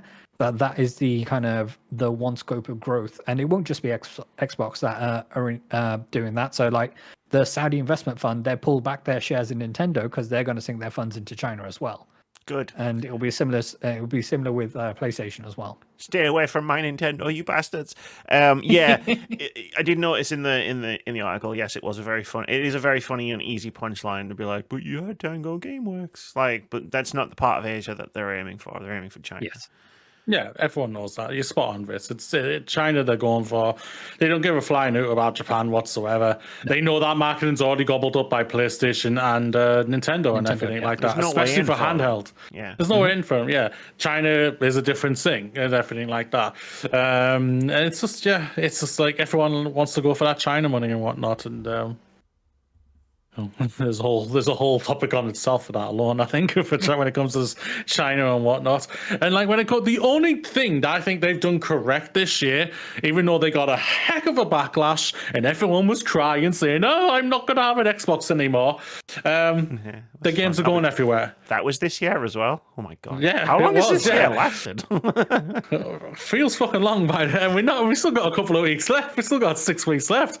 But it's that's the only thing is correct. Put your games everywhere. If PlayStation are happy to put it on there, which they will be at the end of the day because they'll get a 30% cut, and if Nintendo are okay with it, same thing. But it's up to Nintendo if they want to do that. And PlayStation, I don't think they'll ever allow Game Pass on there. But I think Nintendo will eventually allow Game Pass on their thing because they won't give a fuck as long as they're getting a cut. I suppose. I don't Because know. they've got a powerful console coming. They've got a far bigger, better console coming next year, which is more powerful than it's basically a PS4, Xbox One, which will run pretty much most of the things that that are on Xbox anyway. So it's just like they'll be absolutely fine with it. Nintendo have their own streaming solution anyway. Yeah, they've done it before. They've got they've gotten third-party games Like where Doom it's stuff streaming. yeah. Like Doom Eternal was one of them. But I don't know, man. Like the Xbox's strategy, specifically relating to like their game releases, is like they're putting the games on PlayStation and Nintendo. I think it's great for gamers. I think it's I'm in two minds because it's terrible for Xbox. Like as a brand, it's a terrible idea for them to do it. Also, but we're all benefiting from it. So I'm just like, I don't care about brands. Sorry for putting in there, Vitz. Apologies. Like I don't care about brands. Like I know I've just had a literal rant about Andrew Wilson going to Disney and everything. I don't care about I'm brands. a mark for Disney. I'm a mark for Disney. That's because I grew up with the fucker and everything like that. But I criticize the fuck out of them as well. I think I can. I think anyone can say when they've done stupid shit, I've criticized them and everything like that. But for God's sakes, it's like. People need to get over this fucking brand thing. What's more important, that you're still just getting the games that you want to play from them, or just playing on a box that ain't selling? I've seen a lot of people who play Xbox. They don't even play on Xbox. They play on the PC, and it's just like, so what? Why are you arguing against this then? They're not a hardware company. They've tried it. They've failed multiple times. Just be a software company. Simple, and it'll save you fucking money. The thing about the brands thing is like I don't care about Xbox as a brand. Like I'm not a brand ambassador. I don't support these companies like their football teams. I have some nostalgia for Xbox, sure. People who have had the consoles do, but it's more a case of it's the long-term thing. It's like it's great now. It's like Game Pass when Game Pass first came out, and we both said, don't worry about it. It's great for now. It's not going to always be great, but right now, it's the best deal in gaming. When was the last time we said that?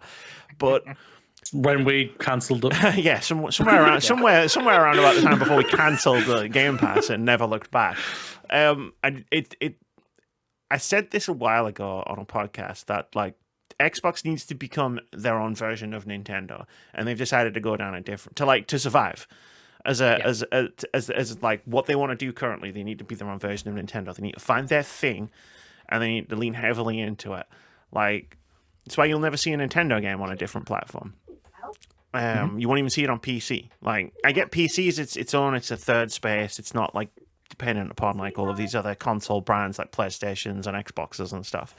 But my point is that. It's good now. We're going to get all these cool Xbox games. They're going to be on PlayStation, Switches. It's not going to be good in 5 years, 10 years when how do we keep making the number go up? The PlayStation sales aren't going up. The Switch sales aren't going up. Shit, what do we do? And I just feel like the wheels are going to fall off. And I think it starts here if they continue down this track. Well, alienating the Xbox brand. It's not alienating the Xbox brand. I just think Xbox as a company needs to pick a lane. Right now they're in 5 different lanes. You got to pick a lane. If third party really is your lane, you need to ditch the hardware.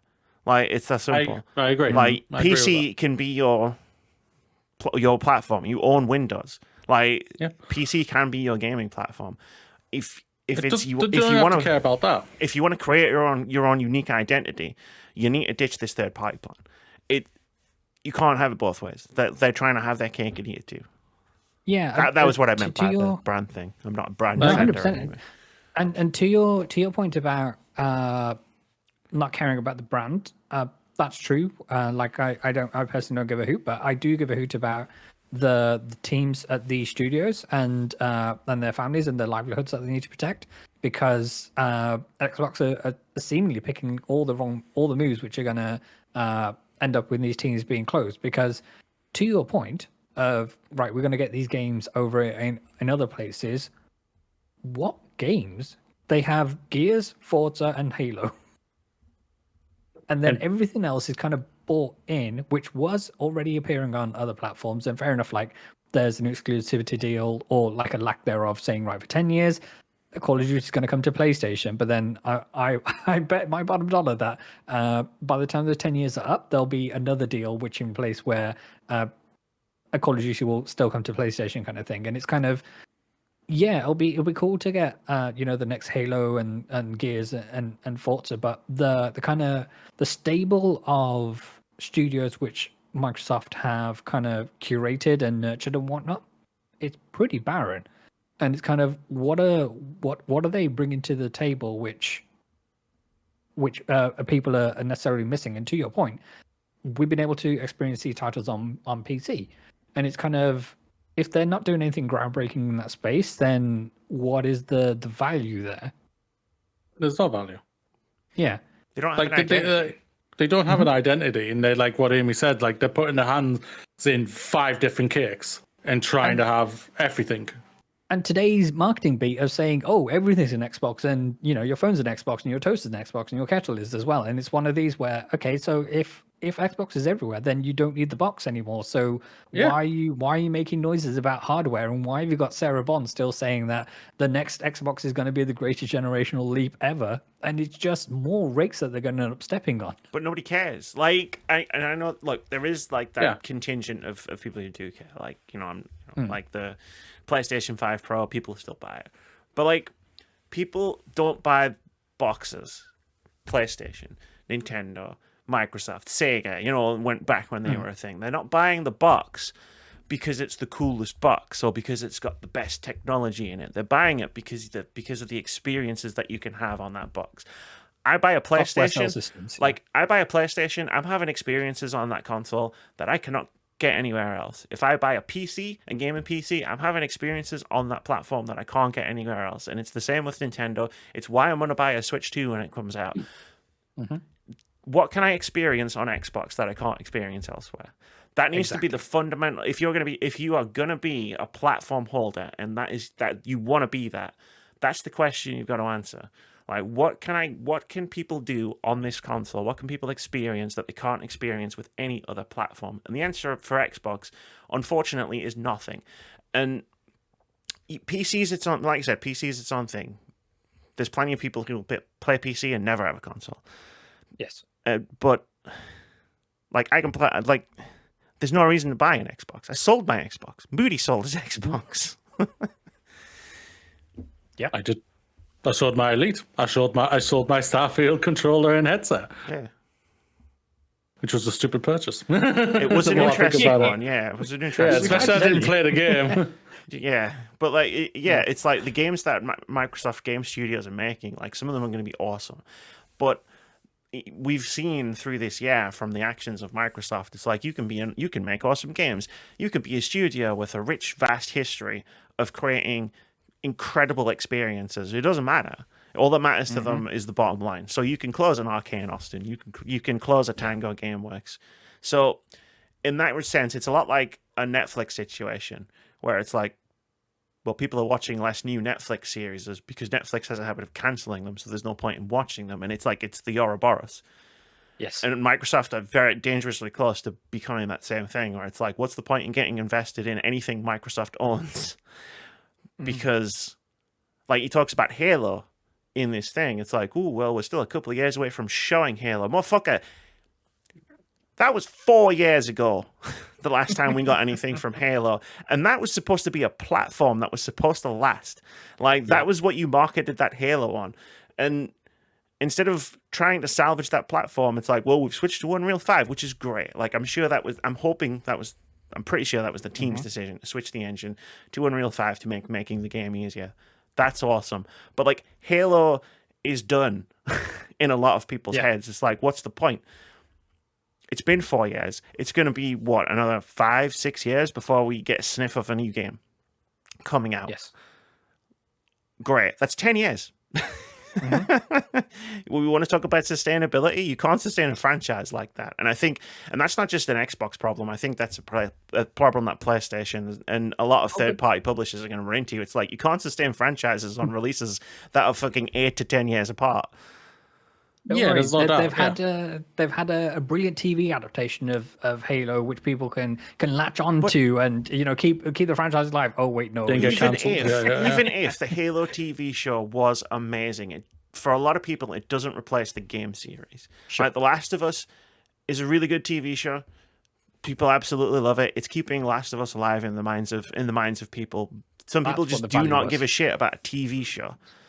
It's like I want another Last of Us or any Naughty Dog game at this point, anytime, like to come onto my PlayStation box. But I'm not going to get one. Like the core problem that we need to solve, apart from all of the layoffs and actual sustainability, is how do we make these development times smaller? Yes. Not just for franchises, just for games in general. Like, Yeah, the thing is about it, like, sorry to both go companies. completely. No. Like, I think it's spot on. Like it's not just an Xbox thing. Like, the only company out of Nintendo, Xbox, and PlayStation that are doing it really correct because they stay in their fucking lane is Nintendo. Even though they don't do everything perfect, we've stated that on many occasions for them, absolutely, and everything like that. Like, but like Nintendo, like they've released multiple games this year, have overall been successful critic-wise, and they've probably been financially successful for what they needed them to be and everything, and like these PlayStation and Xbox do nothing but short-term choices to hopefully get a short-term gain instead of thinking long-term. And like PlayStation fought this with the multiplayer freaking thing and everything like live that. Service, That's the live service shit. That's gone fell flat on their face, which has done nothing but damage to PlayStation 5 because it doesn't really have exclusives that people are really crying out for because there's nothing coming apart from the next Ghost of Tsushima. I can't remember what it was called. Thank you very much. That one, which I never touched the last one, so I don't like. For me, like I'm not really that bothered about that game. I might give it a go, see how I feel closer to it, and everything. But like we've had. These companies have done nothing but hold on to franchises which they've ran into the ground. And they're not replacing those franchises with new things. Yeah, not replacing them. And because of that, they're just doing nothing but damaging themselves by doing other silly things of like the live service shit. PlayStation won't get back on track until the PS6 era. Probably. Yeah, I think that's fair to say. And well, that's like 4 years away. 4 years away. Yeah. 4 years away. Like, and I'm sure that's going. I'm sure. Like, I hope to God that we might get a new Naughty Dog game this generation. But I'm not looking. I will not be surprised if we don't. No, but I think with the kind of iterative nature of these consoles and what will be a PS6, like those games will come to PS5 as well, and there'll be a PS5. Yeah. To your, I fully agree with your point that the PS5 generation is a bit of a wash in terms of the prestige titles that made the PS4 generation so amazing for them, kind of thing. And it's and we won't get back onto that until PS6. And yeah, we do have the Ghost games, and Insomniac seems to be doing some magic of kind of against the kind of gravity of the rest of the industry. Insomniac seems managed to pump out 4 games this generation so far. But they're all pretty much the same. Yeah. For the majority, apart from Ratchet, obviously, but plays pretty much the same as well. That's the thing about it. Yeah.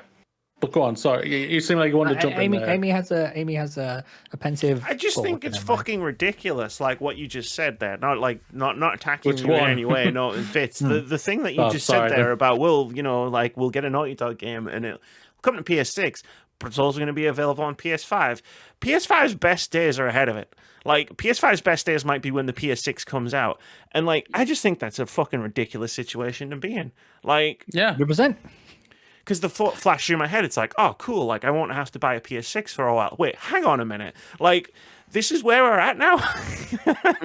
This is the bright and glorious future we've got ahead of us. It's like, everything's going to be Jim Ryan's legacy. Everything is going to be cross-compatible with the previous generation. So we're all still expected to go and buy the PS6, but we're still going to be able to play all these games on PS5 because it's the triangle thing.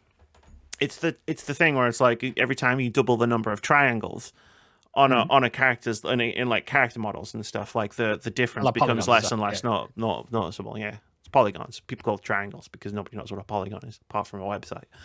So it was explaining why games are looking less and less miraculous, like the difference between 2000 and 2005 versus the difference between 2020 and 2024. And it's like, we're gonna get all these boxes and we don't need them. We don't need a PS6. Do we? I don't know if we will ever need a PS6, at least not for a long time. And wow, that all just swelled in my head when you were talking there, and I was just, this is what we're talking about in terms of like console cycles and console generations. It's bullshit. It's all bullshit. It always has been, and it's one of these things that yes, like these games will look and run better on PS6, and that will be a very nice to have, but it's not essential. Apart from, I'm sure there'll be a few scan titles which will be PS6 exclusive, but that will still be a design choice as opposed to we're going to make this everywhere and sell a buttload more copies. But what is going to be? So I've been thinking about, like, because the jump between PS1 and PS2 was essential. Like, you play a PS2 game, it's a fucking PS2 game. Like, there's no way they could have made Final Fantasy X for the PS1. There's no way they could have made Silent Hill 2 for the PS1. But, like, we're looking at games that are still coming out 4 years into this generation that are coming out on PS4 and PS5. Like, you can make Elden Ring, Shadow of the Etrian for PS4, no problem. Relatively. Like, all games are miracles and extremely difficult to develop. And should be cherished and preserved. And should be cherished and preserved no matter what. But, yeah, like, there's no... What's the key defining feature of the PS5? The solid-state hard drive. Yeah. Oh, the controller. How many games need the solid state hard drive? Like one? Ratchet and Clank. Probably exclusives. Probably exclusive games, yeah. That's what I'm saying. It's a very nice to have. And like I said, with the PS5 Pro and the argument, the reasons it's nice to have isn't compelling enough for the majority of people to go out and spend another 700, 800, whatever it happens to be, kind of thing. Like, and I think it will be very similar to the PS6. Yeah. There's no quantum leap that will get us to that point to say, oh shit, I've got to get a PS6. Other than the FOMO of I know there's a better experience out there, and if I spend a little bit more, then I'll be able to get that experience. Maybe this will be the one. And like, to wrap it back around, like, this is obviously what Sarah Bond is talking about, and what I find what she's talking about, complete horse shit as well. Yes. Love all of their commitments to forward preservation, like forward compatibility. Think it's awesome. But like, the next Xbox is going to be amazing. The next Xbox is going to be this Xbox, but a little bit faster. Like, we've passed the point of having to upgrade to the next console generation being an essential experience. And they're now just essentially glorified gaming PCs. And you don't need to upgrade a gaming PC. And what's really fascinating about this is it wasn't that long ago that they were talking about adopting a phone upgrade model where they were going to bring out new versions of these consoles every year. Which they're not doing the year thing, but they're doing basically the mid-generation next generation. That's basically they did the is. projections, they did the market research, and they said, okay, we can get away with some bullshit, but that's too much bullshit. Like, I don't even need a PS5 for the most part. I don't even need a PS5, let alone a PS5 Pro. By the time PS6 comes out, I might not necessarily need a PS5. Like, what are we doing, guys? Yeah, to your point, like these are all PCs, and like ever since the PS4 generation, obviously PS3 was a different kettle of fish with the cell architecture and all that gubbins. But from PS4 onwards, these have been PCs, and they've been using a custom PC hardware bits and pieces with GPUs and CPUs and things like that. And it's one of these where we are on a grading scale. And to your point of not needing to upgrade your PC, it's only going to be the likes of NVIDIA who turn around and say, well, actually, you kind of need to, even though it's all bullshit kind of thing, because the majority of games on Steam will run fine on most machines. Yeah, pretty much. Yeah. That went in a weird tangent from Xbox to PlayStation. It was just something Vitz said there. I was just like, wait, hang on a minute. Like, we just twigged that video games are capitalism. What the fuck are we even doing here? Yeah. Like, this is the problem with this is like the friction between, like, the companies want these things to be tech products and they want to run themselves like tech companies, but unfortunately, games are art, and those two things are not coexisting very well together. Anyway, I think this kind of ties in a little bit which was the topic that I wanted to bring to the table, because I always want to talk about Yakuza. It's a series I've played some of, and I love it. I've heard of it, and I want to play the rest of it. But Yakuza creator Nagoshi says the era of game size being most important is coming to an end. This is from a story via VGC, and the interview with Nagoshi was translated. Yakuza / Like a Dragon creator Toshihiro Nagoshi says he feels games will soon no longer be judged on how big they are. In an interview with Famitsu, Nagoshi explained that his new studio's debut game will be an action-adventure game, but stressed that he doesn't think game size is important as it used to be. Quote, I want to make a game that is fun to play, but isn't too much of a hassle. Even though there aren't many completely original games now, if you include overseas games, there are so many titles out there that it's impossible to play them all. Looking at the situation, I think that the number of console games in the lives of ordinary game fans may be a little excessive. There are still many titles being released, but I feel that the era of games with a volume as the selling point is coming to an end. And then went on to say, as part of a different quote, we should be entering the mass production phase for the asset soon, talking about his new game, so it's about time to decide on the final volume estimate, but I'm still thinking about whether it's really good enough. Of course we have the map, but the current version is so large that it's almost too large. This time, while researching existing games, we started by making a fairly large map with roads and highways. Now we are gradually shrinking it down and exploring the best balance for the game. End quote. When Famitsu's reporter suggested that a large map is nice to have, but its content has to be dense, Nagoshi agreed. Quote, that's the point. You could fill it in with some element to create a sense of density, but it's not modern to have similar experiences repeated over and over again. I think that in order to properly connect the scale of the map with the fun of playing, it is important to design the worldview. It is important to design the worldview and explain what the player, as the protagonist, is doing in this world. The role of the drama is to support that. I feel like the time to decide what the right size is to balance everything is coming up soon. End quote. And then some stuff about his game, future game coming up. Very looking forward to it. Big fan of your previous work. Look, please. Give me a game. Give me a game soon. But no, the thing I wanted to focus on was obviously like the game size thing, because like it was for a long time, it was a big selling point. It was like, oh, game is this big.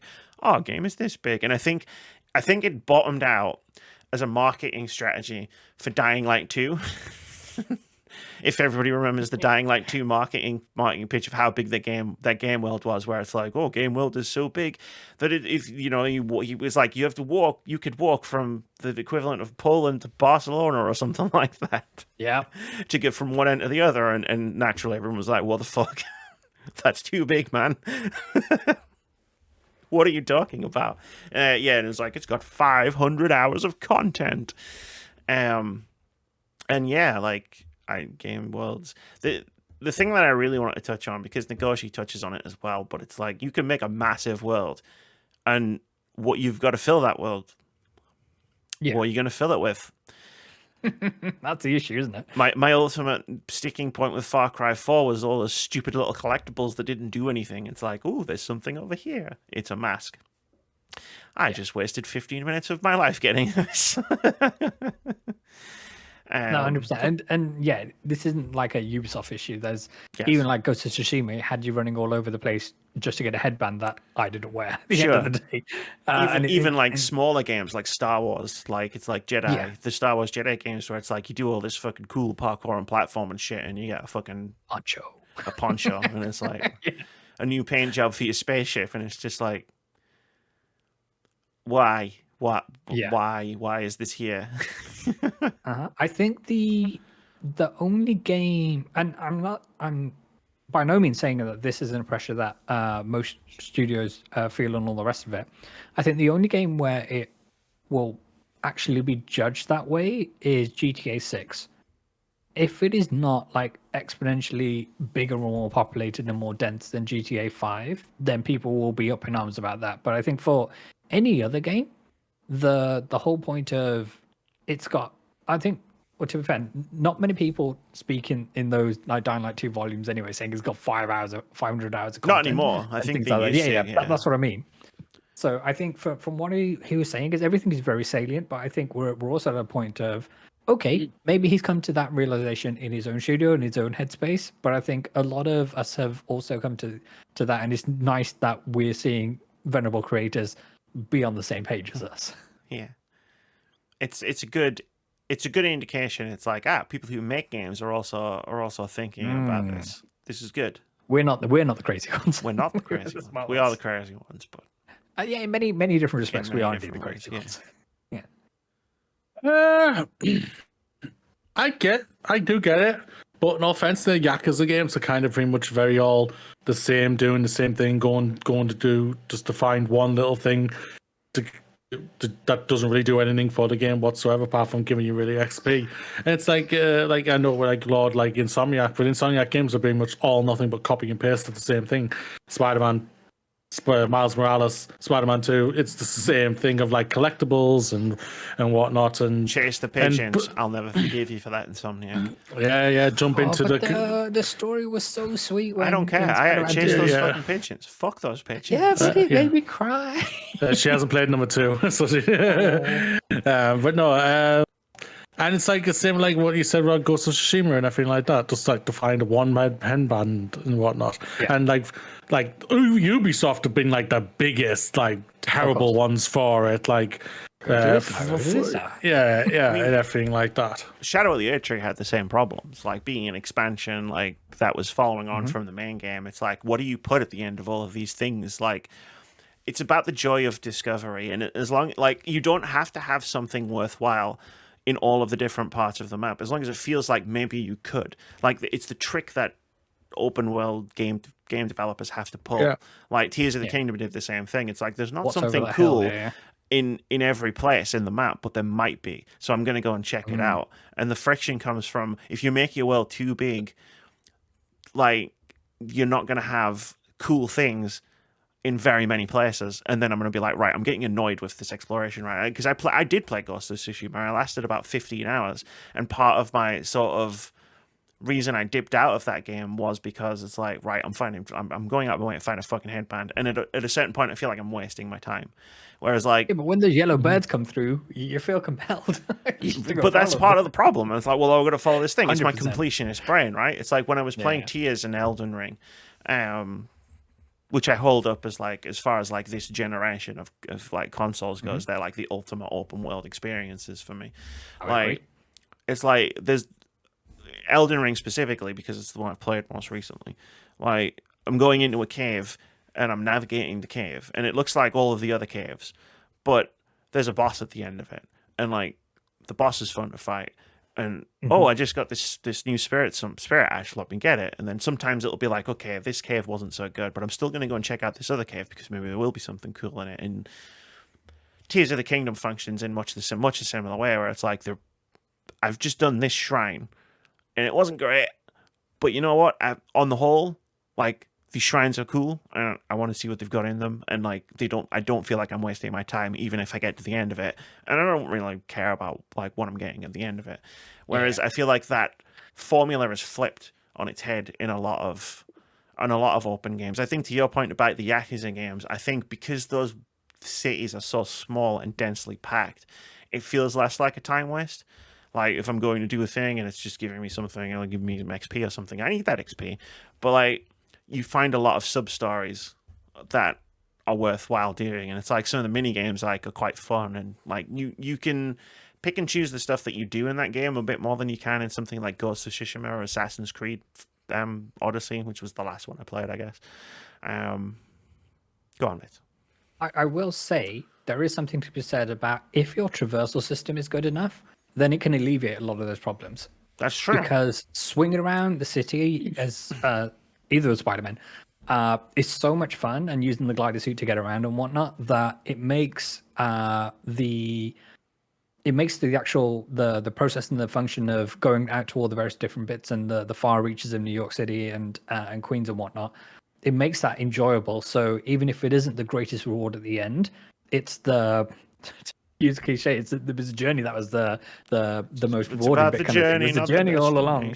And in the same way to GTA kind of thing, in terms of if the driving mechanics and the way that the vehicles handle and whatnot, that is often the fun part of getting to the mission, and then you do whatever the mission is, or you go up to top of Mount Chiliad to get the jetpack or whatever it is. And it's there's a lot to be said in terms of if the fundamental traversing and gameplay mechanics are there, it can carry the weight of having all the random different chat keys and things that you're off to go find. I think it's ultimately, it's just, I get where he's come from. Like, he wants to make a game that's fun and everything like that. I got for the majority of people who want to create a game, they want it to be fun and everything. And it just ultimately comes down to like the person and everything like that. Like for me, the open world games, I need, yeah. Shocking revelation. Yeah. I know, and it is. It just. I've lost my train of thought. I don't know what I was going to say. I interrupted you. I was saying, like, Red Yakuza me. It was like, if it's not fun, then why are we doing it? Well, that's the thing about it, though. Yeah. That's the thing about it. Like, I get that. No, I get that quote and everything like that. But it's just like some of those games, like what you just said there, Vitz, about like Spider-Man. Like that whole thing is like spot on. But it also has all those other things in there, like what I said. Like that can be a detriment to it of just like making it just like. But thankfully, it's got a fun thing to do. Same goes for like I haven't touched the Zelda ones or anything like that, so I can't really comment on them or anything like that for it. But like for me, I always come down to it's not. Is it fun? Yes, but sometimes that's like the secondary thing for me. Is am I liking what I'm? Is the character I'm playing good? That's ultimately what it comes on. Am I connecting it? So sometimes for me, it is the character. And so it needs to be a lot of elements to make a game fun. So what is the elements that he wants to put in the game that's going to make it fun? Sometimes it can just be, I want to go over there and grind. Like there's a person who I subscribe to, like he loves grinding games. He loves it. I don't get it. That makes no sense, but he loves it. He loves D&D and everything like that, so that's why I think he loves the grind part to what he says to himself. Well, so do you, my friend. You love D&D. Yeah, I enjoyed D&D, no doubt about it, and I would love to do it again, no doubt. But hint. Yeah, it's just I think it's just dependent on the person. I mean, yeah, sure. And games don't have to be fun. I mean, God, The Last of Us Part 2 is not fun in any respect. Exactly. And like it's Spec one Ops of The my Line favorite is games not of a all fun time. game. It's art. Like sometimes it's about the storytelling. But like in terms of what I think Nagoshi is saying, I'm getting an update from Adblocker. Thank you. Fuck off. What I think Nagoshi is saying that I think is a good point is like sometimes you come up with the size of the map.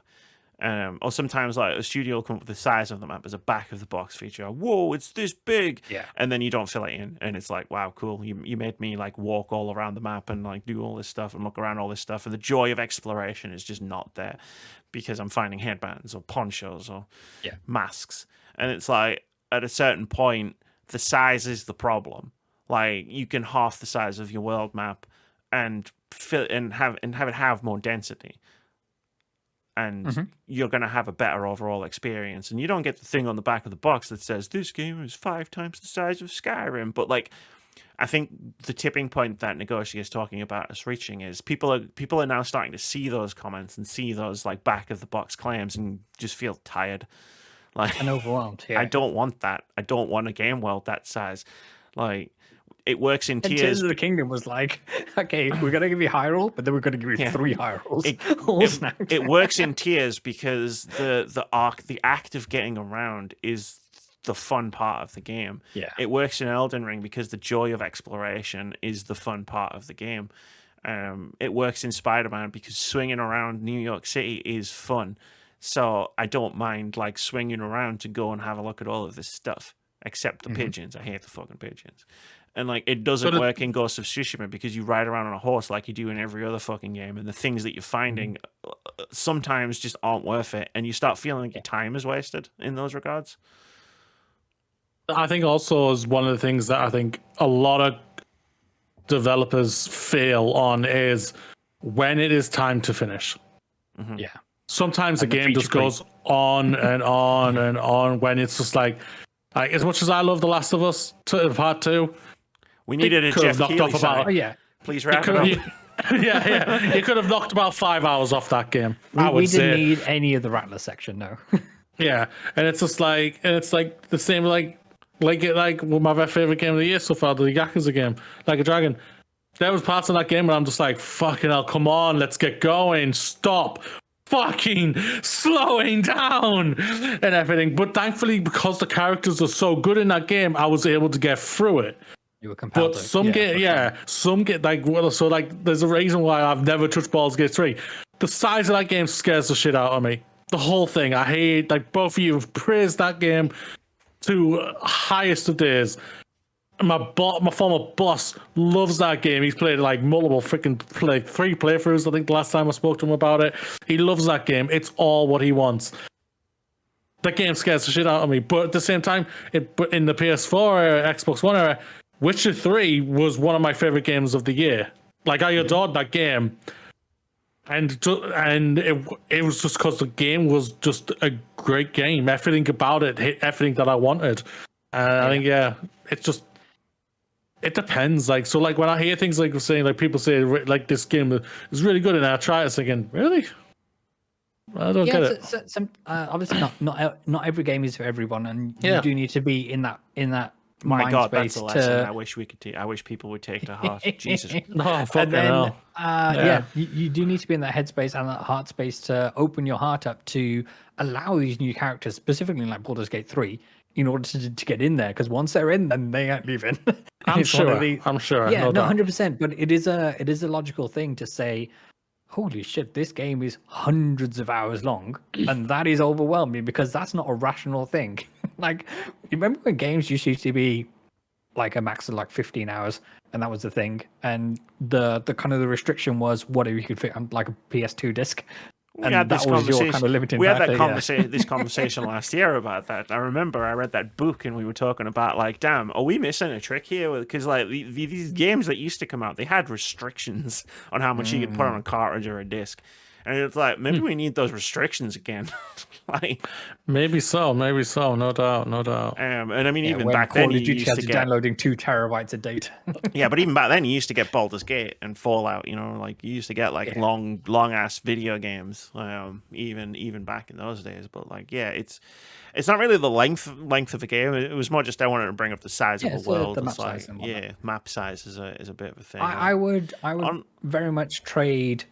The size of the map for the density. Yeah, I think that's where we need to go. Like to make games like feel like they're not wasting time. Like, and the last thing on maps before we transition into OpenCritic Head-To-Head, which just popped into my head, is like I remember when I bought Morrowind for Xbox, because I didn't have a PC, and like that I missed that game came with a map, an actual honest to God map in the box, and like. That was a really useful map. I had to use that map to find things. Like, this guy would be like, hey, you have to go up to this place and then go west and then check out these maps. And I would be like, okay, cool. And I like looked at the map, the physical map that I had in my hands and be like, okay, cool. Like, and I missed that. Like, can we bring that back too? Like, that was fucking great. Like, there's nothing like the sense of going on an adventure than being lost in the middle of Morrowind and being like, shit. Pull out a map and be like, okay, I think I'm about here. So if I go west and swing around this forest, I'll find my way to the caves. There's also a thing I think to say is that because of like you're bringing up a lot of things of like years ago when we were younger and everything like that. It's just like there's too many games. There's too many fucking games. Put a pin in that one. I'll use it as my topic next week. There's too many fucking games. Yeah. Sponsored by Words About Games. Yeah. Like, put a pin in that. We'll do that one next week. Nagoshi was saying just as much. But, yeah. I think it's an interesting discussion to have. Because I think the problem isn't there's too many games. We've had that problem for a long time. I think the problem is there's too many good games. And people are going to be like, you think that's a problem? And I'm going to say, yeah, it's a problem. But we'll talk about it next week. For now, it is time for OpenCritic Head-To-Head. This is the game we play every week where we try to guess the OpenCritic average of upcoming games. Whoever guesses closest to the score at the time of recording gets a point. If you manage to guess the score correctly, you get 2 points. But really, it's just an excuse to talk about some cool video games. Last week, Vitz did a clean sweep of the board, took 5 points out of 4 games. This week, maybe there's another theme developing. Maybe someone else got a clean sweep. Last week, we tried to guess the OpenCritic average of 3 upcoming games. The first game, The Rise of the Golden Idol. Speaking of there being too many games, thanks for adding another one that I need to play to the pile. developers. Moody guessed it would get an 88. Vitz guessed it would get a 90. I guessed it would get an 86 at the time of recording. The Rise of the Golden Idol has an OpenCritic average of 85, which means Amy gets a point. Hell yeah, GG's. Next up, Dragon Quest III 2D HD Remake. Moody guessed it would get a 79. Vitz guessed it would get an 88. Never fails.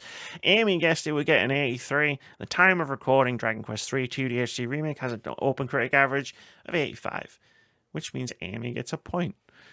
And lastly, we tried to guess the OpenCritic average of Lego Horizon Adventures. Moody, you guessed it would get an 83. Vitz, you guessed it would get an 85. Amy, you guessed it would get an 80 at the time of recording. Lego Horizon Adventures has an OpenCritic average of 72. Oof. Woof. Which means Amy gets the point. Thought it was going to be low. Talk about that. Didn't think it was going to be that low. Yeah, but from what I heard, kind of thing, it seems like a competent enough game. It's just not fun. It's kind of it's a Lego game without any of the learnings that Traveler's Tales TT games. Well, they didn't make kind of. I think that's part of the problem. Yeah. To that point in terms of things, and they didn't think about what makes a Lego game great, rather than just let's make Legoify Horizon and then give characteristics that they have. There's no inspiration from the actual game. It's Aloy loves pickle sandwiches now. It's like, what the fuck are you doing? I did wonder, like, when I asked you last week, like, is Traveler's Tales making this game? Like, no, it's being made by Guerrilla. I did sort of, like, have that moment of wonder of, like, okay, so they're going to try and Legify Horizon. Horizon is primarily, like, tell me if I'm talking out my arse here, like, Horizon, the Horizon series is primarily one of its biggest draws is the way its combat against the robot dinosaurs works, with all the different weapons and tools and stuff that you can use. And you can't do that in a Lego game. So what's the hook of the Lego game apart from the Lego sense of humor? And it turns out that might not have one. Which is a shame. Yeah. But I don't know anything about the game. GG's on a clean sweep and getting all them points. Thanks. It made no difference. Amy has 33. Moody has 44. Vitz has 28. And Draws has 6. This week, speaking of games with enormous map sizes, we're going to guess the OpenCritic average of 2 upcoming games. And the first one, it's the whole world. Microsoft Flight Simulator 2024. Snuck up on us. And contrasting what we were just talking about, I think the Flight Simulator games are one of the few games that are allowed to have like enormous maps. That and racing games. I think the more tracks you include into a racing game, I think the better it's going to be. Yeah, I think like the Horizon thing, it's great. Yeah, like that sort of open world. As far as Microsoft Flight Simulator, I'm going to go with an 80. 80. Mr. Moody. It's the 3-star champ. The eyes up to bat. Turn to you. 90. We're trying to put him off. Hey, bada. Swing, bada. I think this game has all the juice going for it. I think it's going to get a 92. Nice guess. I think it's going to be reviewed by very few people, but those people are going to be like, really it's like the Dark Souls paradox. The Xbox boys and all like that. Yeah, Flight Sim so sickos. I'm going to say this is game of generation. Flight Sim sickos. I don't know. I'm taking a shot in the dark. I'm hanging my hat on. What can you do to make Flight Sim evolve from the previous one? Adding helicopters and missions where you can put out fires in forests. I've played the previous one. There's helicopters already in it. Nobody remembers I crashed into the Empire State Building in a helicopter because I couldn't figure out how to make it not spin around and crash. So yeah, not that she's a terrorist. It's because you couldn't know how to fly the thing. No, I'm not training to be a terrorist. I just don't understand how planes and trains and fucking automobiles work. We're also going to guess the OpenCritic average of Stalker 2, Heart of Chernobyl. There's a letter, isn't there? Don't know what you're talking about. This is a tough one to judge because of socio-economic situations around the world. Stalker's a great game, though. I'm going to say 90. I'm gonna 85. I'm gonna hang that hat again. I thought that looked weird. No, it's not. There's a whole thing. There's a whole thing around the spelling of Chernobyl. That's how it's spelled. Trust me. All right, okay. Fuck it, 88 never fails. Never fails. Never fails. You heard it here first. 88 never fails. That's OpenCritic Head-To-Head. Oh, that's a big Forgive the game, and I confused wanna look. I'm play. still trying to figure out the Chernobyl thing. It was a whole thing. Just trust me. All right. That's gonna do it for episode 429 of the Words About Games podcast. And you know what that means? It's Moody's time to shine. The 3-star champ himself. Hey, bada bada bada bada. Swing, bada bada bada bada bada. I'm gonna leave. Fuck you both. Imagine if that's Moody's time to shine. You know what? Fuck you. You can sort it out yourself. It's no problem. Video game days cancelled. You did it so well last time, apparently. So, hey everybody! Today, be proud. You made it. Another day is behind you. Another week has passed. You want to know what else? You are absolutely the best. You are truly good enough, and we all believe in you. One step at a time, one day at a time, one dream at a time.